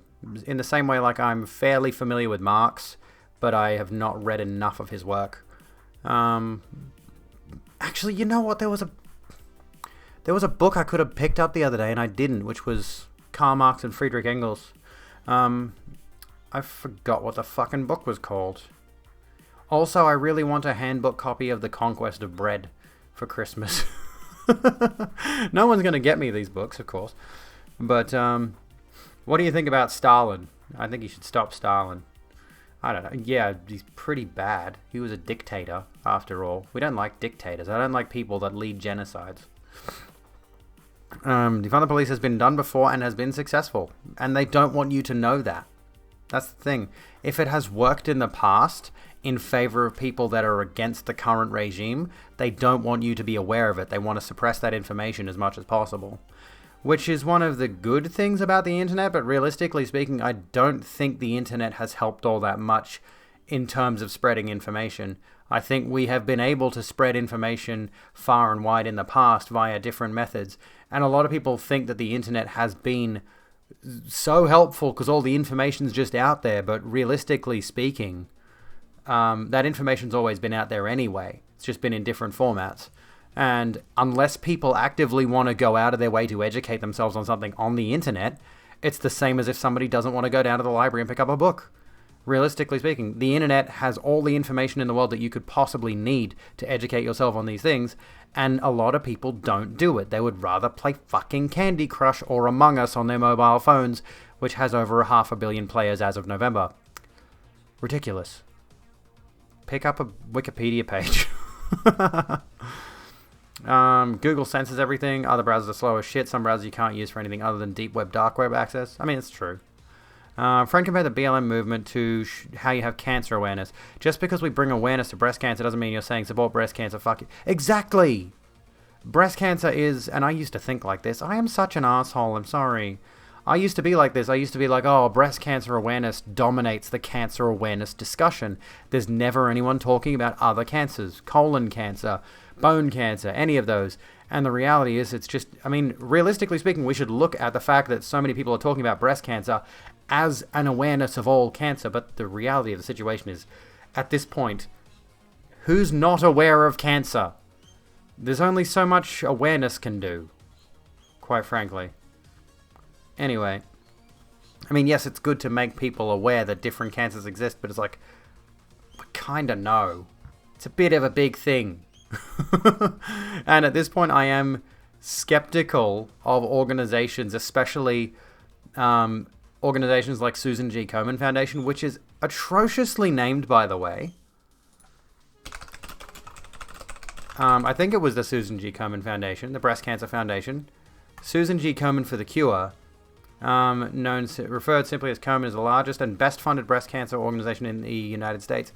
These people are a bunch of greedy wankers who are not putting anywhere near as much money into their research as they possibly should, and it's named for a woman who died of breast cancer.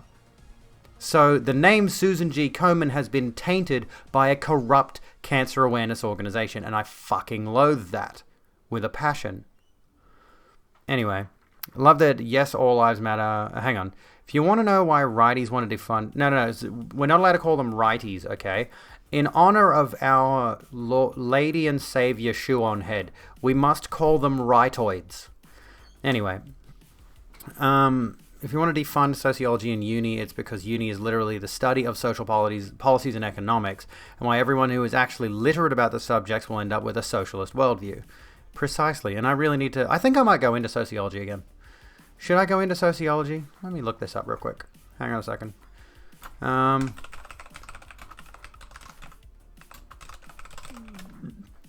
There. School of Humanities and Social Science. Sociology and Anthropology. I Loathe Autism Speaks as well. Study a major in Sociology and Anthropology at the University of Beep. Censoring that.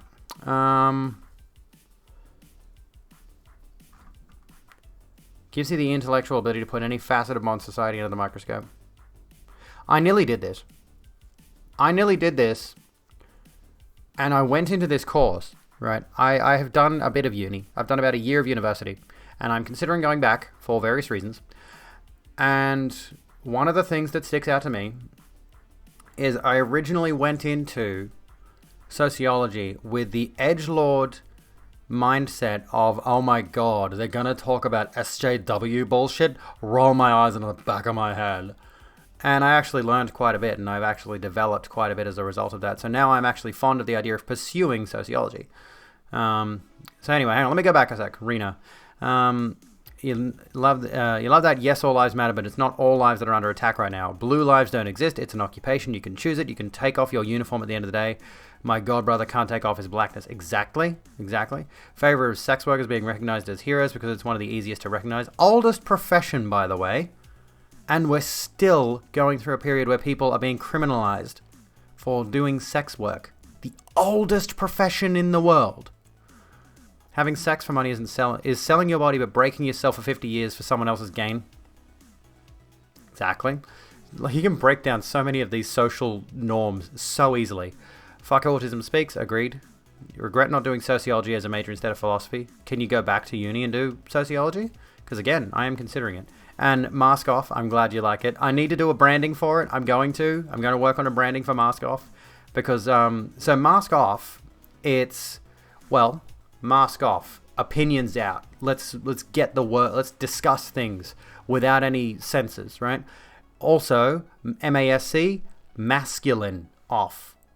I'm trans. It's a trans pun. You're not really going to get that unless you knew that. But I mean, the voice and at least like certain facets of me kind of give it away anyway.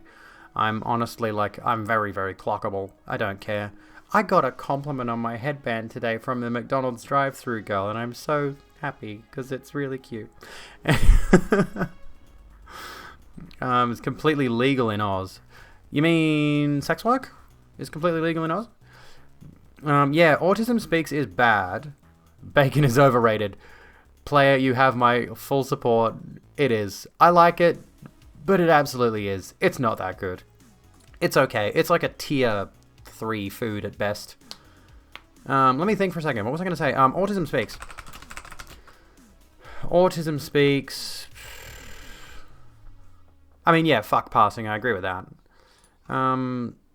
Let's go to everyone's favorite website that has all of the correct information on the internet, Wikipedia. Yeah, fuck passing. Fuck passing. It's hard to see detail on the headband. Let me see if I can zoom in on it. But it's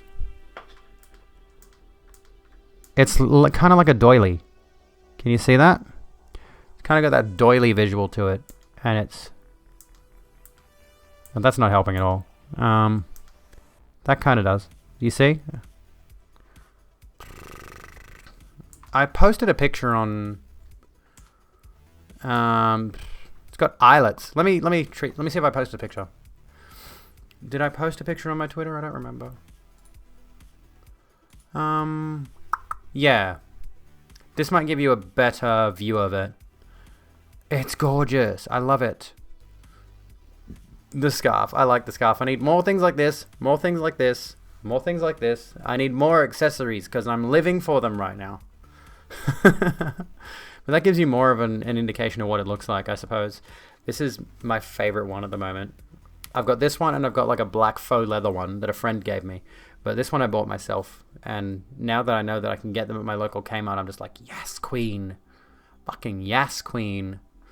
Anyway, Autism Speaks is bad.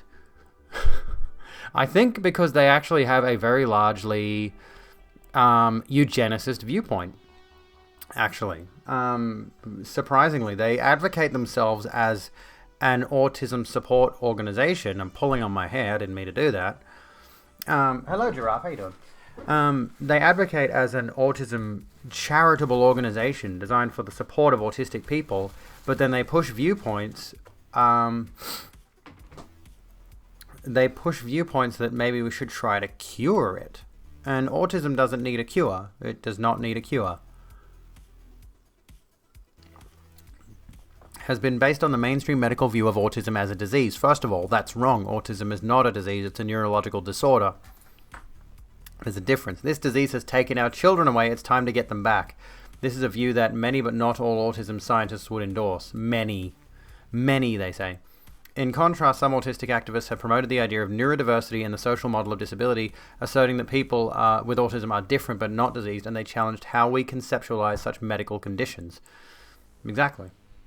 So, in January 2008, an autistic blogger upset with the Can I zoom this in? Oh, fuck, it's gone now. Go to controversies, you dumb bitch. There we go. Where is it? Fuck's sake. There we go. Okay. I need to put me over here. There we go. In January 2008, an autistic blogger upset with the portrayal of autism at Autism Speaks' website Getting the Word Out created a critical parody website titled Getting the Truth Out. It was later taken down in response to legal demands from Autism Speaks to stop using its name and logo without permission. Autism Speaks said the spoof could confuse people looking for information about autism. New parody sites were later launched by Gareth Nelson, founder of the autism rights group Aspies for Freedom. So yeah, they want to fix autism and not support people with it. They want to prevent and cure it. Like, yeah, exactly. They're looking for a remedy for autism. They think that, they treat it in the same way that cancer awareness groups will treat cancer as something that needs to be treated. The difference is cancer is killing people, autism is not. Okay. Let me look something up really quickly. I forgot what I was going to look up. There was something related to this. I'm hating how this looks over here, my contouring. I don't know what I fucked up, but I keep seeing it. It looks like I've copped a massive punch to the side of my head. And I've got a bruise there. I've just fucked up my contour and I don't know how I did it. I think I need to clean my brushes. Anyway. They want to fix autism. Oh, I already read that. You'd prefer not to have it if you did. How so, though? I have autism and I function fairly standard. It's inconvenient, but I think generally speaking, everyone...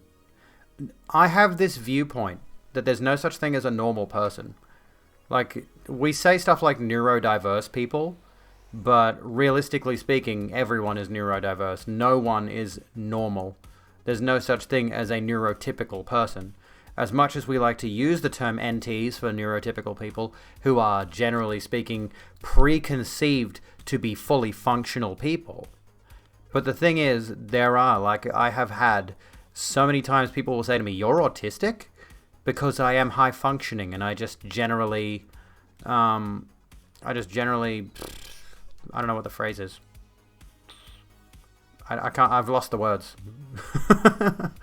I just generally pretty much, a good thing that I have learned to do as an autistic thing is I've learned to mimic a lot of people's behaviors, their mannerisms and all of this in order to adequately put on the mask of neurotypicality. But realistically speaking, I have a lot of issues behind the scenes that I just mask very well. Do I think I'll ever do a makeup tutorial? I considered it, actually. I thought about maybe we could do a stream where I start with no makeup on, and I'll do my makeup as we're getting into things. That could be an idea. I could show you my techniques and hopefully not fuck this up so fucking much, because oh my god, it's driving me insane. Usually, I've got better contour around here and it's smoother, and it comes down. So what I do with my contour is I start here and I go around in like a 3, so it comes down my cheeks a bit and then around my jawline a bit. So I may do that. And then I've got highlighter on my nose, highlighter across this section of my brow. I've got concealer in here, highlighter on the tip of my nose, contour on the sides of my nose. I used to wear blush, but I noticed it was really, really bright pink on camera, and I got sick of that, so I got rid of it. Does that help my makeup stand out a bit more? Hard to tell. Either way, I hate the way this looks. Also, you can't see my cheekbones for some reason. Anyway. It's a little orange. Yeah, it's a little bit... The contour's a bit dark. I mean, the contour does look good when I blend it properly. I just haven't. I think, yeah, I need to wash my brushes, and I need to... I need to wash my brushes, and I need to work on blending. And I need to wash my makeup sponges too. I got a lot of stuff there. I mean, I've developed a little bit of a makeup collection, bit of a makeup addiction, because I enjoy looking pretty. I'm sorry. Also, I don't know if anyone noticed, because I did this on purpose. Oh, not that. I did this on purpose. I have got eyeshadow on, which is unusual for me, and my eyeliner is fucked up. But I have got a very faint orange glittery eyeshadow on. Well, several layers of it, but yeah. Just because I wanted something there, because I've noticed when I leave it it's just kind of bland, so I put a little bit of color there, which most of the time you're not going to see, because I have like this man brow thing going on. I got the whole, what's her name? Eyebrows girl. You know who I'm talking about. Monobrow. What's her fucking name? Frida Kahlo. I've got that whole Frida Kahlo situation going on, but at least I trim this section because, ew. You have ADHD and it's more of a burden. I can understand that. I know a lot of people who have ADHD and how it affects their lives. And I think in that sense, like and this is the thing that I have with depression, right? This is kind of the issue I have with depression, is that I have gone through so many different medications, and every single antidepressant I have taken has reduced me to an emotionless nub rather than actually give me any sort of peace with my actual... I have major depressive disorder, and ironically enough, the medication... Well, I mean, I don't think the medication I'm on now has actually helped specifically in that regard, but I think just coming out and being like, hey, I'm trans, has largely alleviated a lot of that depressive stress that I used to carry, which is, I'm not recommending everyone transition to get away from depression, for example, but I think it helped a lot.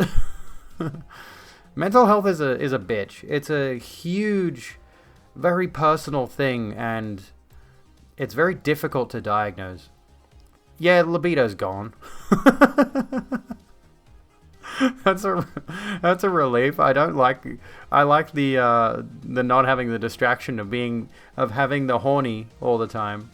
I'll just occasionally thirst about Well, I mean, that's my medications making my libido go away, but like antidepressants, they do actually, yeah, they do kill your libido. But I mean, my T blockers and my estrogen have killed my libido as well, and I'm okay with that side effect. Always ended up growing up thinking you couldn't enjoy the things you enjoy because it's not normal. Grow up, bitch. Give me my stuffies, my crayons, and my Disney movies. That's a video I want to do. I've had this idea for a video for a while now. Yeah, I think it was mostly the T blockers that nuked my libido this time around. And I'm okay with this. I'm okay with having no libido. I'm okay with being completely devoid of any kind of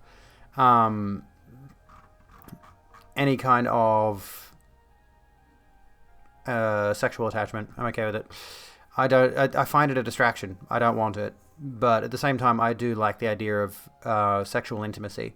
So maybe one day when I'm feeling comfortable with partnering with someone again, and I try to pursue that. But right now, I'm completely away from it. So, Rena, there is a topic that was spurred on, and I may revisit this script and do it soon because I am going to try to make a return to scripted videos on my YouTube channel soonish. There is a video that I had an idea for based on a tweet. Where is the tweet? Let me just see if I can find it. Let's see here.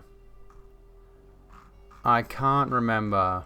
Where the fuck is the tweet? Can I just go like tweet? Okay, I think I have it saved somewhere. Let me find it really quickly so I can show you what exactly I'm talking about, what exactly I'm thinking on. Was it this one? No, it's not this one. Main channel. Here we go. Here. Do you guys remember Chezabel?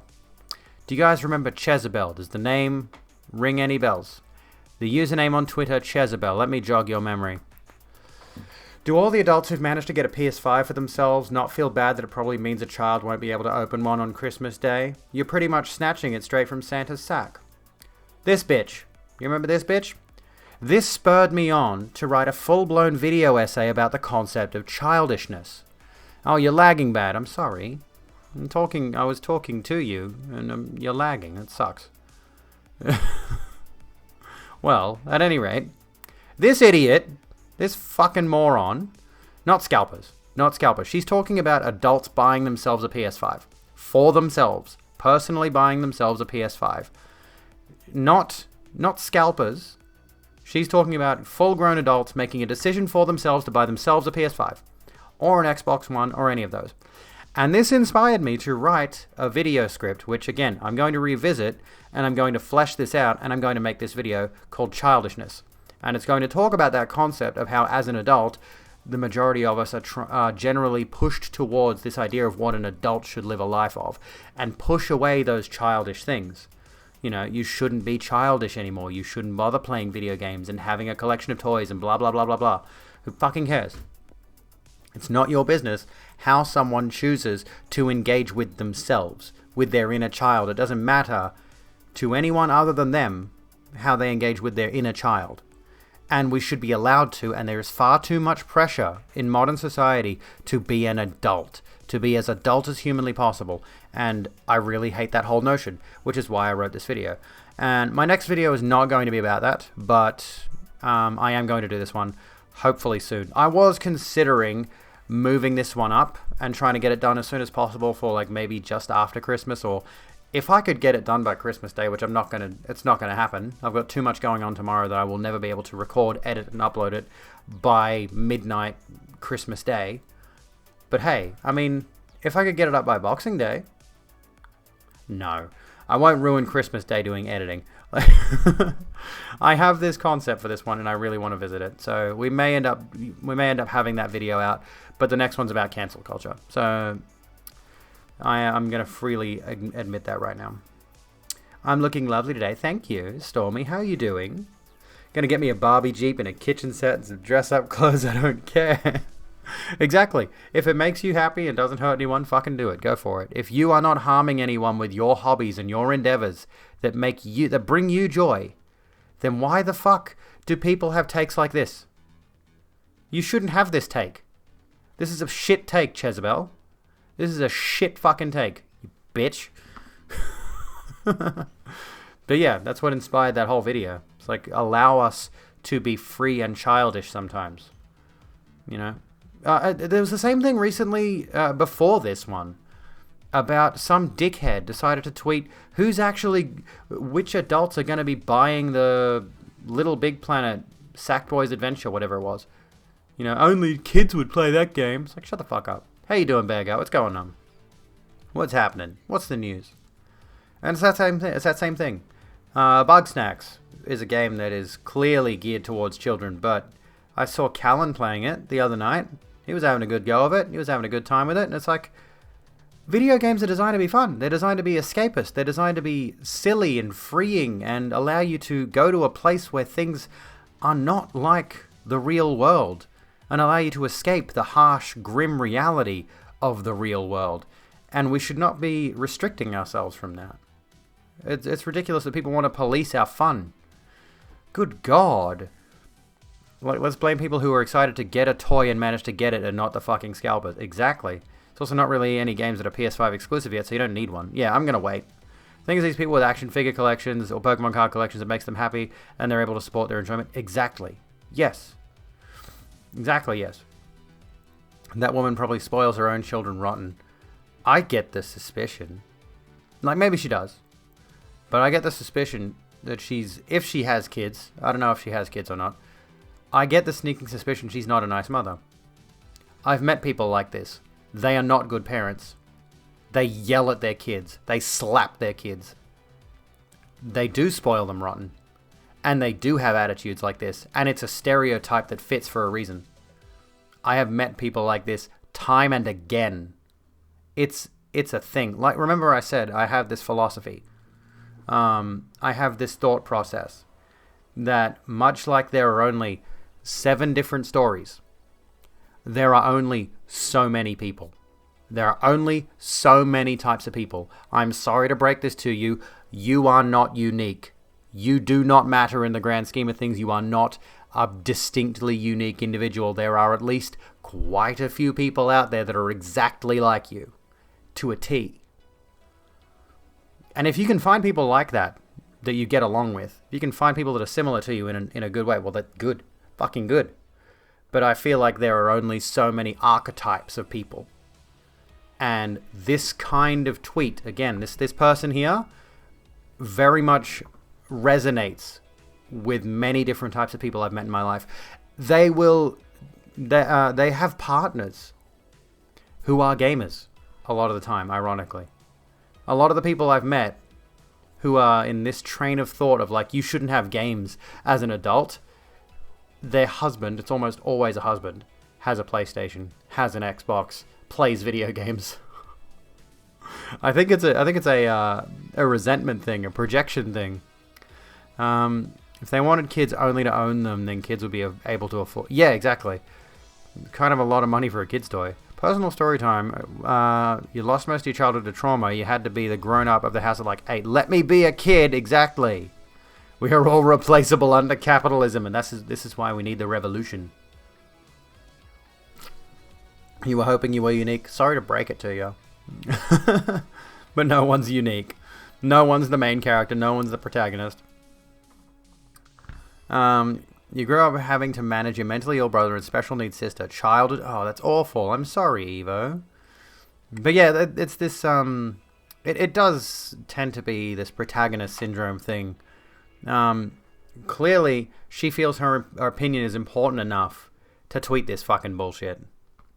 She's probably an All Lives Matter person, I bet. She looks like, you look at her profile picture, she looks a bit righty. The way she's styled and everything, she looks a bit righty, I reckon. And that attitude, too. That attitude is distinctly, it tends to align with right-wing types. I've got nail polishes here I'm going to fidget with. That ideology of you can't be childish as an adult is a pretty right-wing thing. They tend to get heavily into adult hobbies. They watch the sports and the racing and they go to their job for 12 hours a day and think they're going to be a billionaire if they work hard enough and get the promotion.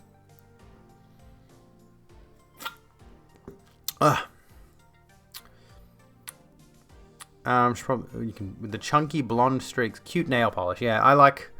Oh, you know what? Give me a second. Listen to the music for a sec. Let me get rid of. I'll get rid of this red one.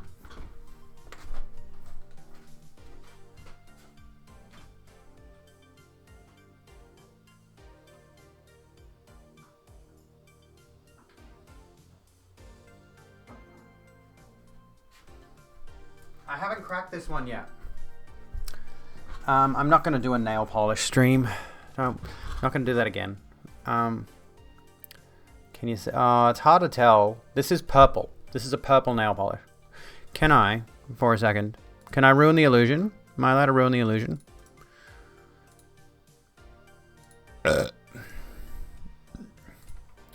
Fuck's sake, why is this so hard? Camera source? Here we go. Oh my god, this isn't it. Where is the fucking filter? I can't find my chroma key filter. Okay. Now that we're back in real world land, can you see... No, you can't. Not really. It's a marbly purple, but it's coming up as blue on the camera. It's hard to tell. But it looks distinctly different to me. Maybe it's the color correction. Does that fixed it? No, it still looks blue. I don't know why it still looks blue, but okay. That's fine. You get the idea. I'm gonna try putting that one on soon, I think. It's still got the little cap on it that prevents you from stealing it.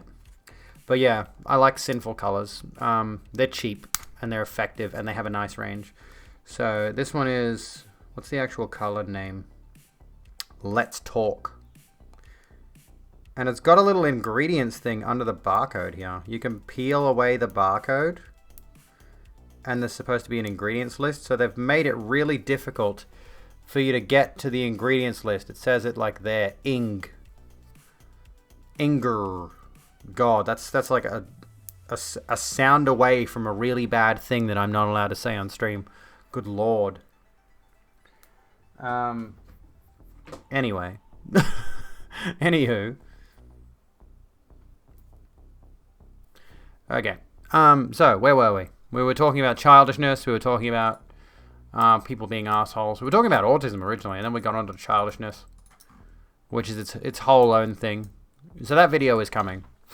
I may put off any editing of any other stream highlight videos until I do the next scripted video, and then I'll go back to stream highlights for a bit, and then I'll go do another scripted video. It's tricky nonsense. It's tricky nonsense. You just did a thing. Too kind-hearted sometimes. Dude came in asking for help so he can pay for his room in a house. He needed $15. Told him to come back Saturday and pay me back. He gave him $20. He lived in the car for 8 months. You get it. It's cold. Yeah. That's very good of you, Rena. That's very good of you. Pink and red for nails. I like pink. I like red. But yeah, I want to go back to... I don't think I've tried... No, I did have a purple on recently. I did have purple recently.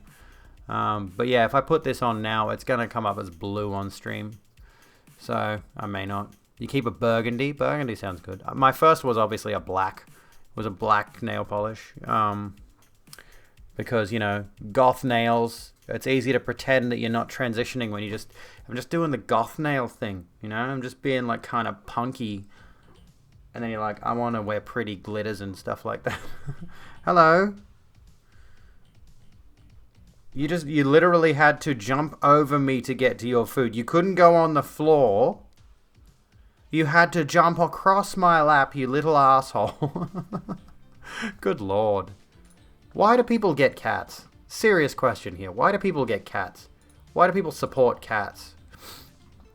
As long as you don't go pastel goth. What's wrong with pastel goth? What's the issue there? I mean, I know that there is a tendency to associate pastel Lolita goth types with creepy types of people, maybe. But I mean, you could do that with anything, realistically speaking. But I do have some pastel nail polishes sitting there. I actually bought a set of nail polishes that has a light blue, a light pink, a light purple, and a white. And of course I bought it for the first 3 because I did trans nails recently. And the colors from that particular set worked perfectly as opposed to the previous time I did it. And the pink actually came out as this purpley color, which was not ideal, unfortunately. Cat is so sweet, but good lord, she's the dumbest creature you've ever met. Oh gosh, cats. Cats. Did I show you? Speaking of cats, I haven't got many topics lined up, so I'm sort of meandering around at the moment. Did I show you? We've got. This is Smudge, obviously. You know who Smudge is. This is my sister's cat, Mickey. He's an old boy. He's been around forever. I don't know how much longer he's got in the tank, honestly. And this is her floofy cat, Jasper. We like Jasper. He's floofy. I think him and Smudge reasonably get along. They've been in the room together and they tend to not get too angry at each other. But the last time they were together in the same room, Smudge did hiss at him. So there was that little problem. But yeah, these are my sister's cats. And this is my cat, who he keeps stealing my fucking chair. Asshole keeps stealing my fucking chair. I leave it for 2 seconds and he jumps on it immediately. He doesn't give me anything. He's a rude little dickhead. Anywho. What do we want to move on to? Do we have any other videos that you want to watch? Any other... I'm on a political binge now. I'm on a political spin now. What do we watch that's political? Can we find someone that we can rip into? A pundit? Is there a pundit online? I've reluctantly subscribed to Abby Shapiro and her videos keep popping up on my front page now. I'm like, please stop. Tired of ceiling... Hang on, what have I missed? Tom told you he was thinking of getting a kitten for Christmas, but I don't know. Like, so you can't just tell me that now I'm going to be expecting a kitten. Terrified of ceiling fans, slinkies, and literally anything new we bring into the house. Forgets the things she likes until you do them for her for a minute. Hangs out next to the food just in case she gets hungry. God, they're dumb animals. They're stupid, so bad. They're so stupid. Oh, piss off. So is my chatbot. Ignore that. There's my chatbot being stupid. You can watch all POVs of the action over there where we're not multi-streaming at the moment, you dickhead. Stupid chatbot, you dickhead. Ugh. I gotta remember to organize this stuff before I go live, but I'm too lazy. What the hell, dude? Hang on, what is this? Latest YouTube posts? No, like, I'm on my front page right now. And this is what I mean, right? It really wants me to watch this fucking video because it's showing it up twice on my front page on YouTube. It's showing me the Abby Shapiro has a problem with boobs video twice on my front page. YouTube, what are you doing? Dude. She also rubs the top of her head on the floor, and if you call her name to pet her, she starts rubbing like crazy against whatever it is nearby instead of coming over so you can pet her. Why are cats? I don't understand why cats... Why are cats? Serious question. I need an answer. I don't know the answer to that. You gonna head out? See you later, Rena. It's a secret message that she wants to dress up like a man. That reminds me of, yeah, Shoe on Head's latest video is about that very thing. Where is Shoe on Head? Hang on. Where's her latest video? Hopefully it doesn't autoplay. I don't want to autoplay video. 10 hours ago. Oh, here we go. The War on Femboys. So I'll have to watch that at some point. The War on Femboys. I believe she advertised it as something like, this shouldn't be allowed unless it makes me horny or something like that. Like the notion that people like Ben Shapiro and Abby Shapiro and other people who were criticizing the Harry Styles thing. It's like, this makes me uncomfortable sexually. Therefore, it should not be acceptable. Very, very weird concept. For that reason, I do kind of want to react to their whole, what's it called? Their videos about the Harry Styles dress thing. Because I missed that whole discourse.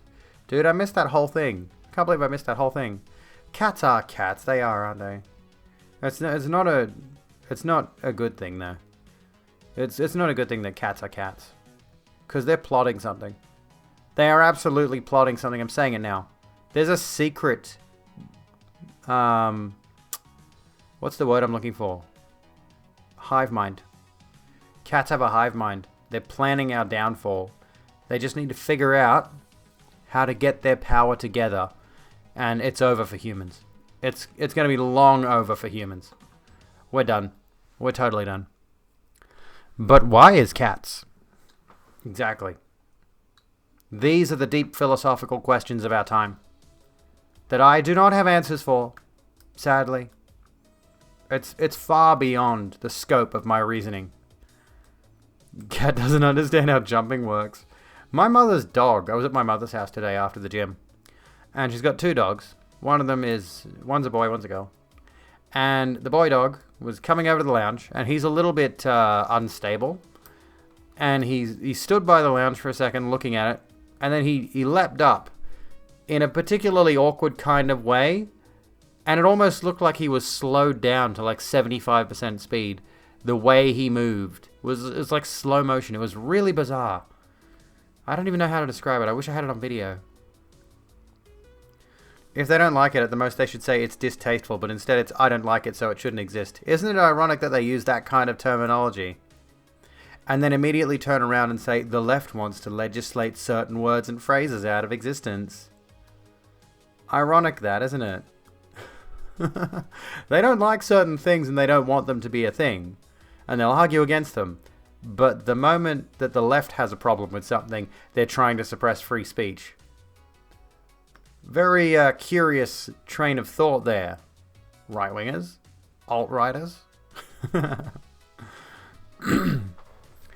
So, anyone got any videos? I can try to scrub through YouTube and try to find something to watch that we can react to. I'm not sure.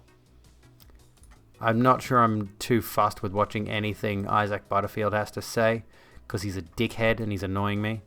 What can I go to? Can I go to... Well, trending is probably going to have absolutely nothing, because I don't know. I don't know how YouTube decides what the fuck is trending. I swear it just puts whatever on there for the sake of it. It's just like, yep, this person has a new video, just put it on trending, whatever. I do watch Philosophy Tube, although I probably won't watch one of his videos on stream, because they're far too long and far too in-depth. That'd be beyond the scope of my reasoning when it comes to discussion topics. But I do know his latest video has been up for a few days, and I've been meaning to watch it. This popped up into your YouTube. What have you got? ABC News. Oh, this is American ABC News. Whoa, the like-dislike ratio on this. 2K to 1.3K. God. President Trump issues wave of pardons. I heard about this. I did hear about this. President Trump has granted full pardons to 15 people and commuted part or all of the sentence of an additional 5 people. Most notably, the list includes former Representatives Chris Collins and Duncan Hunter, and a name that you probably haven't heard since the Robert Mueller investigation, George Papadopoulos. Now, Papadopoulos... I don't know any of those names. I'm unfamiliar with this. Foreign policy advisor to candidate Donald Trump and was the first campaign advisor arrested as part of Robert Mueller's investigation into Russian interference in the 2016 election. He was sentenced to 14 days incarceration after pleading guilty to making false statements to FBI agents about his correspondence with Russian nationals. Collins, a former representative from New York, was the first member of Congress to endorse Trump in the 2016 election and was indicted in August of 2018 for alleged insider trading. He began serving a 26-month prison sentence back in October. Former California... Okay, so they're scumbags and traitors. Oh, good. What have you put, Fox? Let me have a look. Hang on. Where is it? The real Ellen, the bitter truth behind the daytime icon. Oh, God, I'm not watching an hour and 18 minutes. Jesus Christ. No, I can't. So, like, I was going to look at this because, like, keep it sub 10 minutes if we possibly can. I'm trying to think, like, what else can we look up? Not Mutaha. Yeah, I knew about the pardons vaguely. I knew vaguely about the pardons, but I haven't looked into it enough to form a proper opinion on it, you know, because, like, you know, as much as I comment on American politics, it's more in a broad sense. What else is there? What's this? Oh, God, Sky News. Berejiklian deserves great credit for gutsy risk management throughout pandemic. No, she fucking doesn't. Fuck Sky News. What else is there? Sydney's Christmas restrictions change. This is all just COVID stuff. I don't want to react to COVID stuff. Put a short one in chat. Oh, okay, so that's a different one? A survey has... Oh, so this is what this is. Okay. Bring back the cane. When was it? This is from 2014. This is from 2004. I mean, the other one was from 2012. I suppose... Oh, my God. God, Studio 10's doing tremendously well. 8,000 views. This is a network television channel, by the way. 8,000 views. 17 likes and 8 dislikes. I've had videos with more views than this. Is it too on the nose? I just think it's too out of date. I want something current. I want something current to react to. I want something new.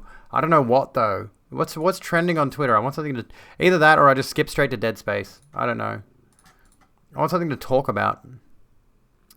Yeah, well, I mean, here's the thing mentioned in that particular thing. So what was that video again? So let's watch this whole thing. President Trump has granted football. He was an arrested as part of Robert Mueller and Representatives Chris Collins and Duncan Hunter, and a name that you probably have. And a name. I like how we skipped over, and that was the sound that happened. That was the sound we landed on. Heard since the Robert Mueller investigation, George Papadopoulos. Now, Papadopoulos was an unpaid foreign policy advisor to candidate Donald Trump and was the first campaign advisor arrested as part of Robert Mueller's investigation into Russian interference in the 2016 election. He was sentenced to 14 days incarceration after pleading guilty to making false statements to FBI agents about his correspondence with Russian nationals. Collins, a former representative from New York, was the first member of Congress to endorse Trump in the 2016 election and was indicted in August of 2018 for alleged insider trading. He began serving a 26-month prison sentence back in October. Former California Representative Duncan Hunter pleaded guilty in December. Yeah, I got a rainbow keyboard. I mean, I can change it to anything I want, really. And it's not as bright as I would like. And one of the things that annoys me as well is my my bloody keyboard, my keyboard mouse mat, which is supposed to have a light that goes all the way around the edges. The light has stopped going all the way around the mouse mat. It's hard to show it on stream, but my mouse pad is dying. I can't believe my mouse pad is slowly dying, and I'm going to need to buy a new one. Look at this petty bullshit. December of 2019 to one count of conspiracy over his alleged misuse of $250,000 in campaign donations for personal. It feels like $250,000 is chump change at this point, which is kind of depressing. $250,000 to most people would be groundbreaking and life-changing. $250,000 to these people is nothing. Personal expenses such as family vacations and to allegedly finance extramarital affairs. His wife filed for family vacations and extramarital affairs. Good Lord. Divorce just 2 weeks ago. He was sentenced to 11 months in prison in March, and he once called the investigation into him a politically motivated witch hunt. Now, there has been speculation. That just sounds... That's a good photo. That's a good look right there. That just reminds me of the cancel culture thing. A politically motivated witch hunt.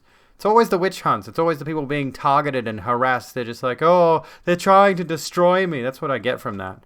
I'm going to do my cancel culture video, I promise. Once called the investigation into him a politically motivated witch hunt. It's the same kind of mindset those people have. Now, there has been speculation in recent weeks that President Trump could move to pardon members of his own family. This will, of course, be something to watch in the president's last 29 days. Why does he do that to his skin? Unless he has some kind of a skin condition, in which case I'm just being rude, but why does he put all that fake tan on his face? Can someone explain this to me? I mean, I put makeup on, obviously, and I fucked it up today, but where does the idea come from that looks good? Unless he's done something to his face. I don't know what it is. Days in office. Let's go now to our Rachel. Aesthetic? Rachel, the White House has been hinting it looks at atrocious. taking some of these actions, several of these names allies of the president, of course.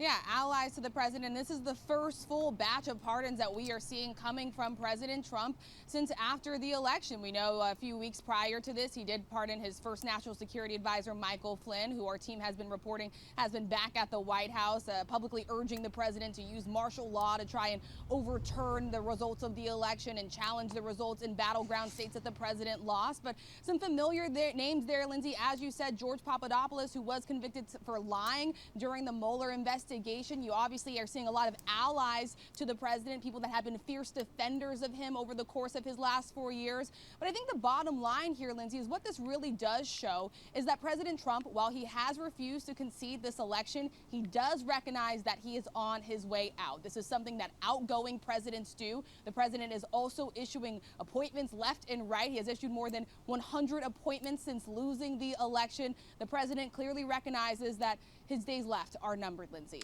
Rachel Scott, thanks so much. More from you in a little bit in the show. And let's. Okie dokie. I don't think I'm getting much from this. But I mean, yeah, that's she basically covered everything there. She basically covered the whole situation. There's nothing I can add to that, honestly. That's the tricky part. It's like, I know that these people are conspirators for Trump, but that's all I know. That's really all I've got to say on that particular matter. That's the problem I have. It's like I would like to add some kind of commentary, but I have nothing for it. So that's where I'm stuck. A bit of philosophy. Actually, I was supposed to read some because who redeemed it? It was, what's her name? Jelly. What's her name? Jelly. Redeemed some last night. So again, I don't know if I'm legally allowed to do this, but we got this book. A little bit of philosophy. The little book of philosophy, rather. So we've got the ancient world, medieval and Renaissance thought, or the age of revolution. Oh, or the modern world. I keep forgetting that. The ancient world, medieval and Renaissance thought, the age of revolution, or the modern world. You pick one of those. There you go, Jelly. We'll do two then. We'll do two.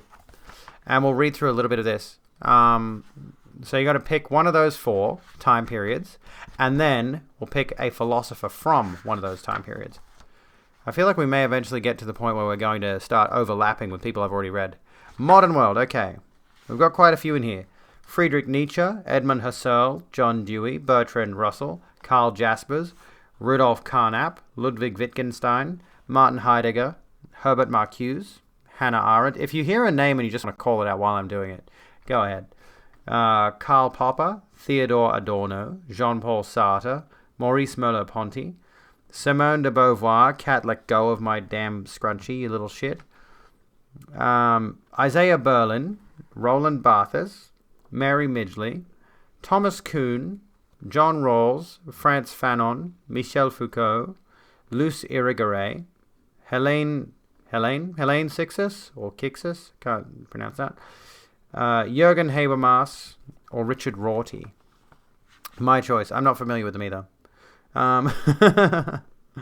How about, let's see here. How would we manage without a culture? Rightio, human, have a good one. This is Mary Midgley. How would we manage without a culture? 184. And then, Jelly, you get to pick one after this, because I owe you one. So, 184. Just pick a time period, and I'll pick someone.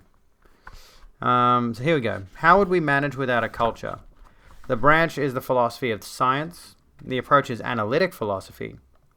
And in her book, Beast and Man, published in 1978, the British philosopher Mary Midgley assesses the impact of the British philosopher Mary Midgley assesses the impact the natural sciences have on our understanding of human nature. It is often claimed that the findings of the sciences, particularly those of paleontology and evolutionary biology, undermine our views of what it is to be human. Midgley wants to address these fears, and she does so by stressing both the things that set us apart from other animals and the things that we share with the rest of the animal kingdom. One of the questions she tackles is that of the relationship between nature and culture in human life. Her concern is to address the fact that many people see nature and culture as somehow opposed, as if culture is something non-natural that is added on to our animal desires. Midgley disagrees with the idea that culture is something of a wholly different order to nature. There's a typo here. It says instead, but it's got a C on the end of instead. Instead C. Instead, she wants to argue that culture is a natural phenomenon. In other words, we have evolved to be the kinds of creatures who have cultures. It could be said that we spin culture as naturally as spiders spin webs. If this is so, then we can no more do without culture than a spider can do without its web. Our need for culture is both innate and natural. In this way, Midgley hopes both to account for human uniqueness and also put us in the larger context of our evolutionary past. I don't think there is any that go into the 2000s. No, not really. I mean, this person is still alive at the very least. Jürgen Habermas, 1929 to no death date. But some of these people are literally so old that they're all dead now. So, we did that one. How about the principles of justice are chosen behind... The principles of justice are chosen behind a veil of ignorance. This one feels particularly pertinent, honestly. So this is John Rawls, 1921 to 2002. So he's dead. Unsurprisingly, most of the people in this book are long dead white men. But that last one was Mary. So that was a woman. Branch, political philosophy. In his book, A Theory of Justice, first published in 1971, political philosopher John Rawls argues for a re-evaluation of justice in terms of what he calls justice as fairness. His approach falls into the tradition known as social contract theory, which sees the rule of law as a form of contract that individuals enter into because it yields benefits that exceed what they can attain individually. Rawls' version of this theory involves a thought experiment in which people are made ignorant of their place in society, or placed in what he calls the original position in which the social contract is made. From this, Rawls establishes principles of justice on which he claims all rational beings should agree. The original position. Imagine that a group of strangers Imagine that a group of strangers is marooned. I feel like that should say are marooned. Is marooned on a desert island, and that after giving up hope of being rescued, they decide to start a new society from scratch. Each of the survivors wants to further their own interest, but each also sees that they can only do so by working together in some way. In other words, by forming a social contract. The question is, how do they go about establishing the principles of justice? What rules do they lay down? If they are interested in a truly rational and impartial justice, then there are countless rules that have to be discounted immediately. For example, the rule, if your name is John, you must always eat last, is neither rational nor impartial, even if it may be to your advantage if your name is John. If your name is John, you must always eat last. It may... Wait, what? Okay. Anyway, in such a position, says Rawls, what we need to do is cast a veil of ignorance over all the facts of our lives, such as who we are and where we were born, and then ask what kind of rules it would be best for us to live by. Rawls' point is that oh my god, I can't read tonight. Rawls' point is that the only rules that could rationally be agreed on by all parties are ones that genuinely honor impartiality, and don't, for example, take class, creed, natural talent, or disability into account. In other words, if I don't know what my place in society will be, rational self-interest compels me to vote for a world in which everyone is treated fairly. Okay. Rationality versus charity. It is important to note that for Rawls, this is not a story about how justice has actually arisen in the world. Instead, he gives us a way of testing our theories of justice against an impartial benchmark. If they fail to measure up, his point is that it is our reason and not simply our charity that has failed. There you go. Oh my god, cat. Jesus Christ. I think he just ripped one on me. Dear God. Are you serious? You can go away now. Fucking Christ, cat. How was that? For a little bit of philosophy. You stink. Get away from me. Oh, okay. Well. I've just moved him off my lap. He's fine. God, dear, I don't think he's done that, though. I don't think he's done that before now. What the fuck? He's just letting loose. He doesn't care. He doesn't care anymore. He doesn't give a shit. Alright, so... I'm a bit talked out, I think. I'm a bit talked out on things.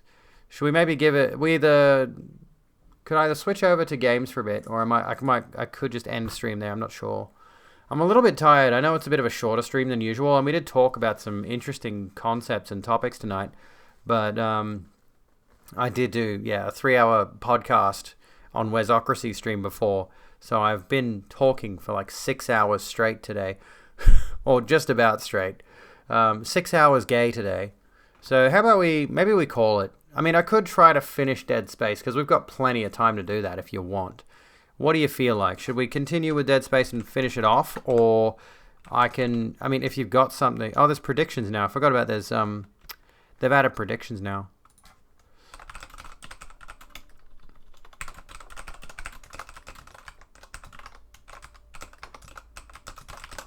Let me just do something here. Here we go. I'll let you guys vote on it while I sit here and just meander for a moment. Because I can't think. My brain hurty after enough talking, I think. Brain hurt. Brain no work. Head empty.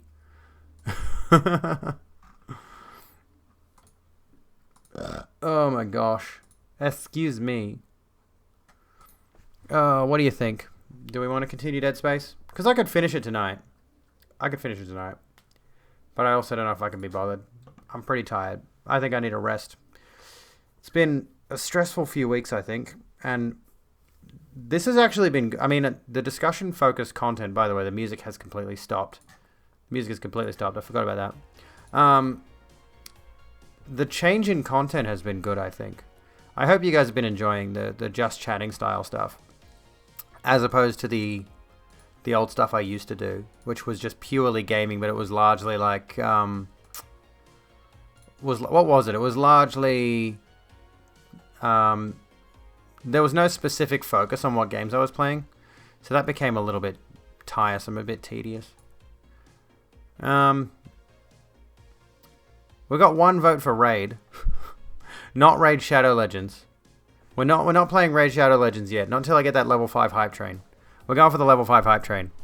Once I get that, then Raid Shadow Legends. I don't know why I agreed to that. I mean, I set my standards way too high. I set my goals way too high outside the realm of realism. So that generally speaking, we probably won't reach them. That's the goal, right? Is make things too unrealistic for most people. So, toss it all aside. I think we're going to end up raiding. Let me see who we've got available to us that we can go for. Because, yeah, I don't think I'm going to be playing games tonight. Who can we go to? I'm looking at people. I'm looking at people that I can raid. Who would... I don't even know. I'm not sure who we can go to. I'm so tired, dude. I don't know what it is. I'm just completely exhausted psychologically. My brain empty.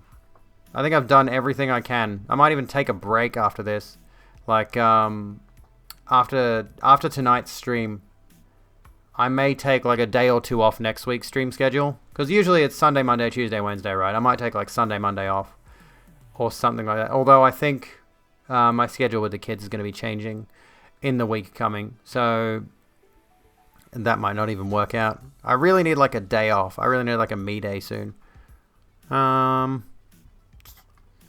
Who can we go to? Well, Maddie is playing The Sims 2. It's not at all like what I am. Really, her name is actually just Maddie. That's kind of interesting that she managed to have such a simple username. But she's playing The Sims 2. I know that's nothing like what I have been doing lately, but I have done Sims streams in the past. And Sims 2 is the superior Sims game. I'm going to establish that right now. Sims 4 is garbage. Has anyone played Sims 4? It's terrible. Well, I mean, realistically speaking, you don't play The Sims 4. You build houses in The Sims 4. You don't actually play it, because there's no gameplay. Because the gameplay's shit. Sims 2 was like where I got into The Sims, honestly. So I've got a lot of nostalgia for it. I may go back to it one of these days, because it was quite good. If I could find a way to install all my old Sims 2 content that I had. I had the base game, I had a fair few of the expansions.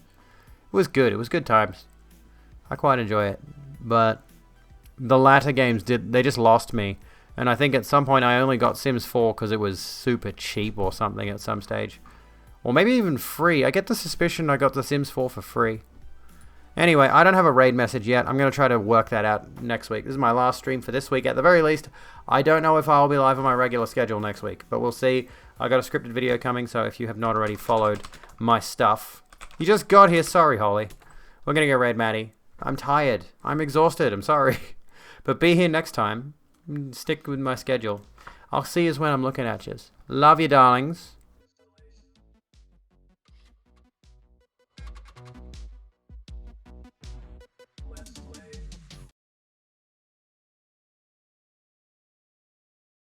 Oh my god, rogue bitch. I was just about to go pee. I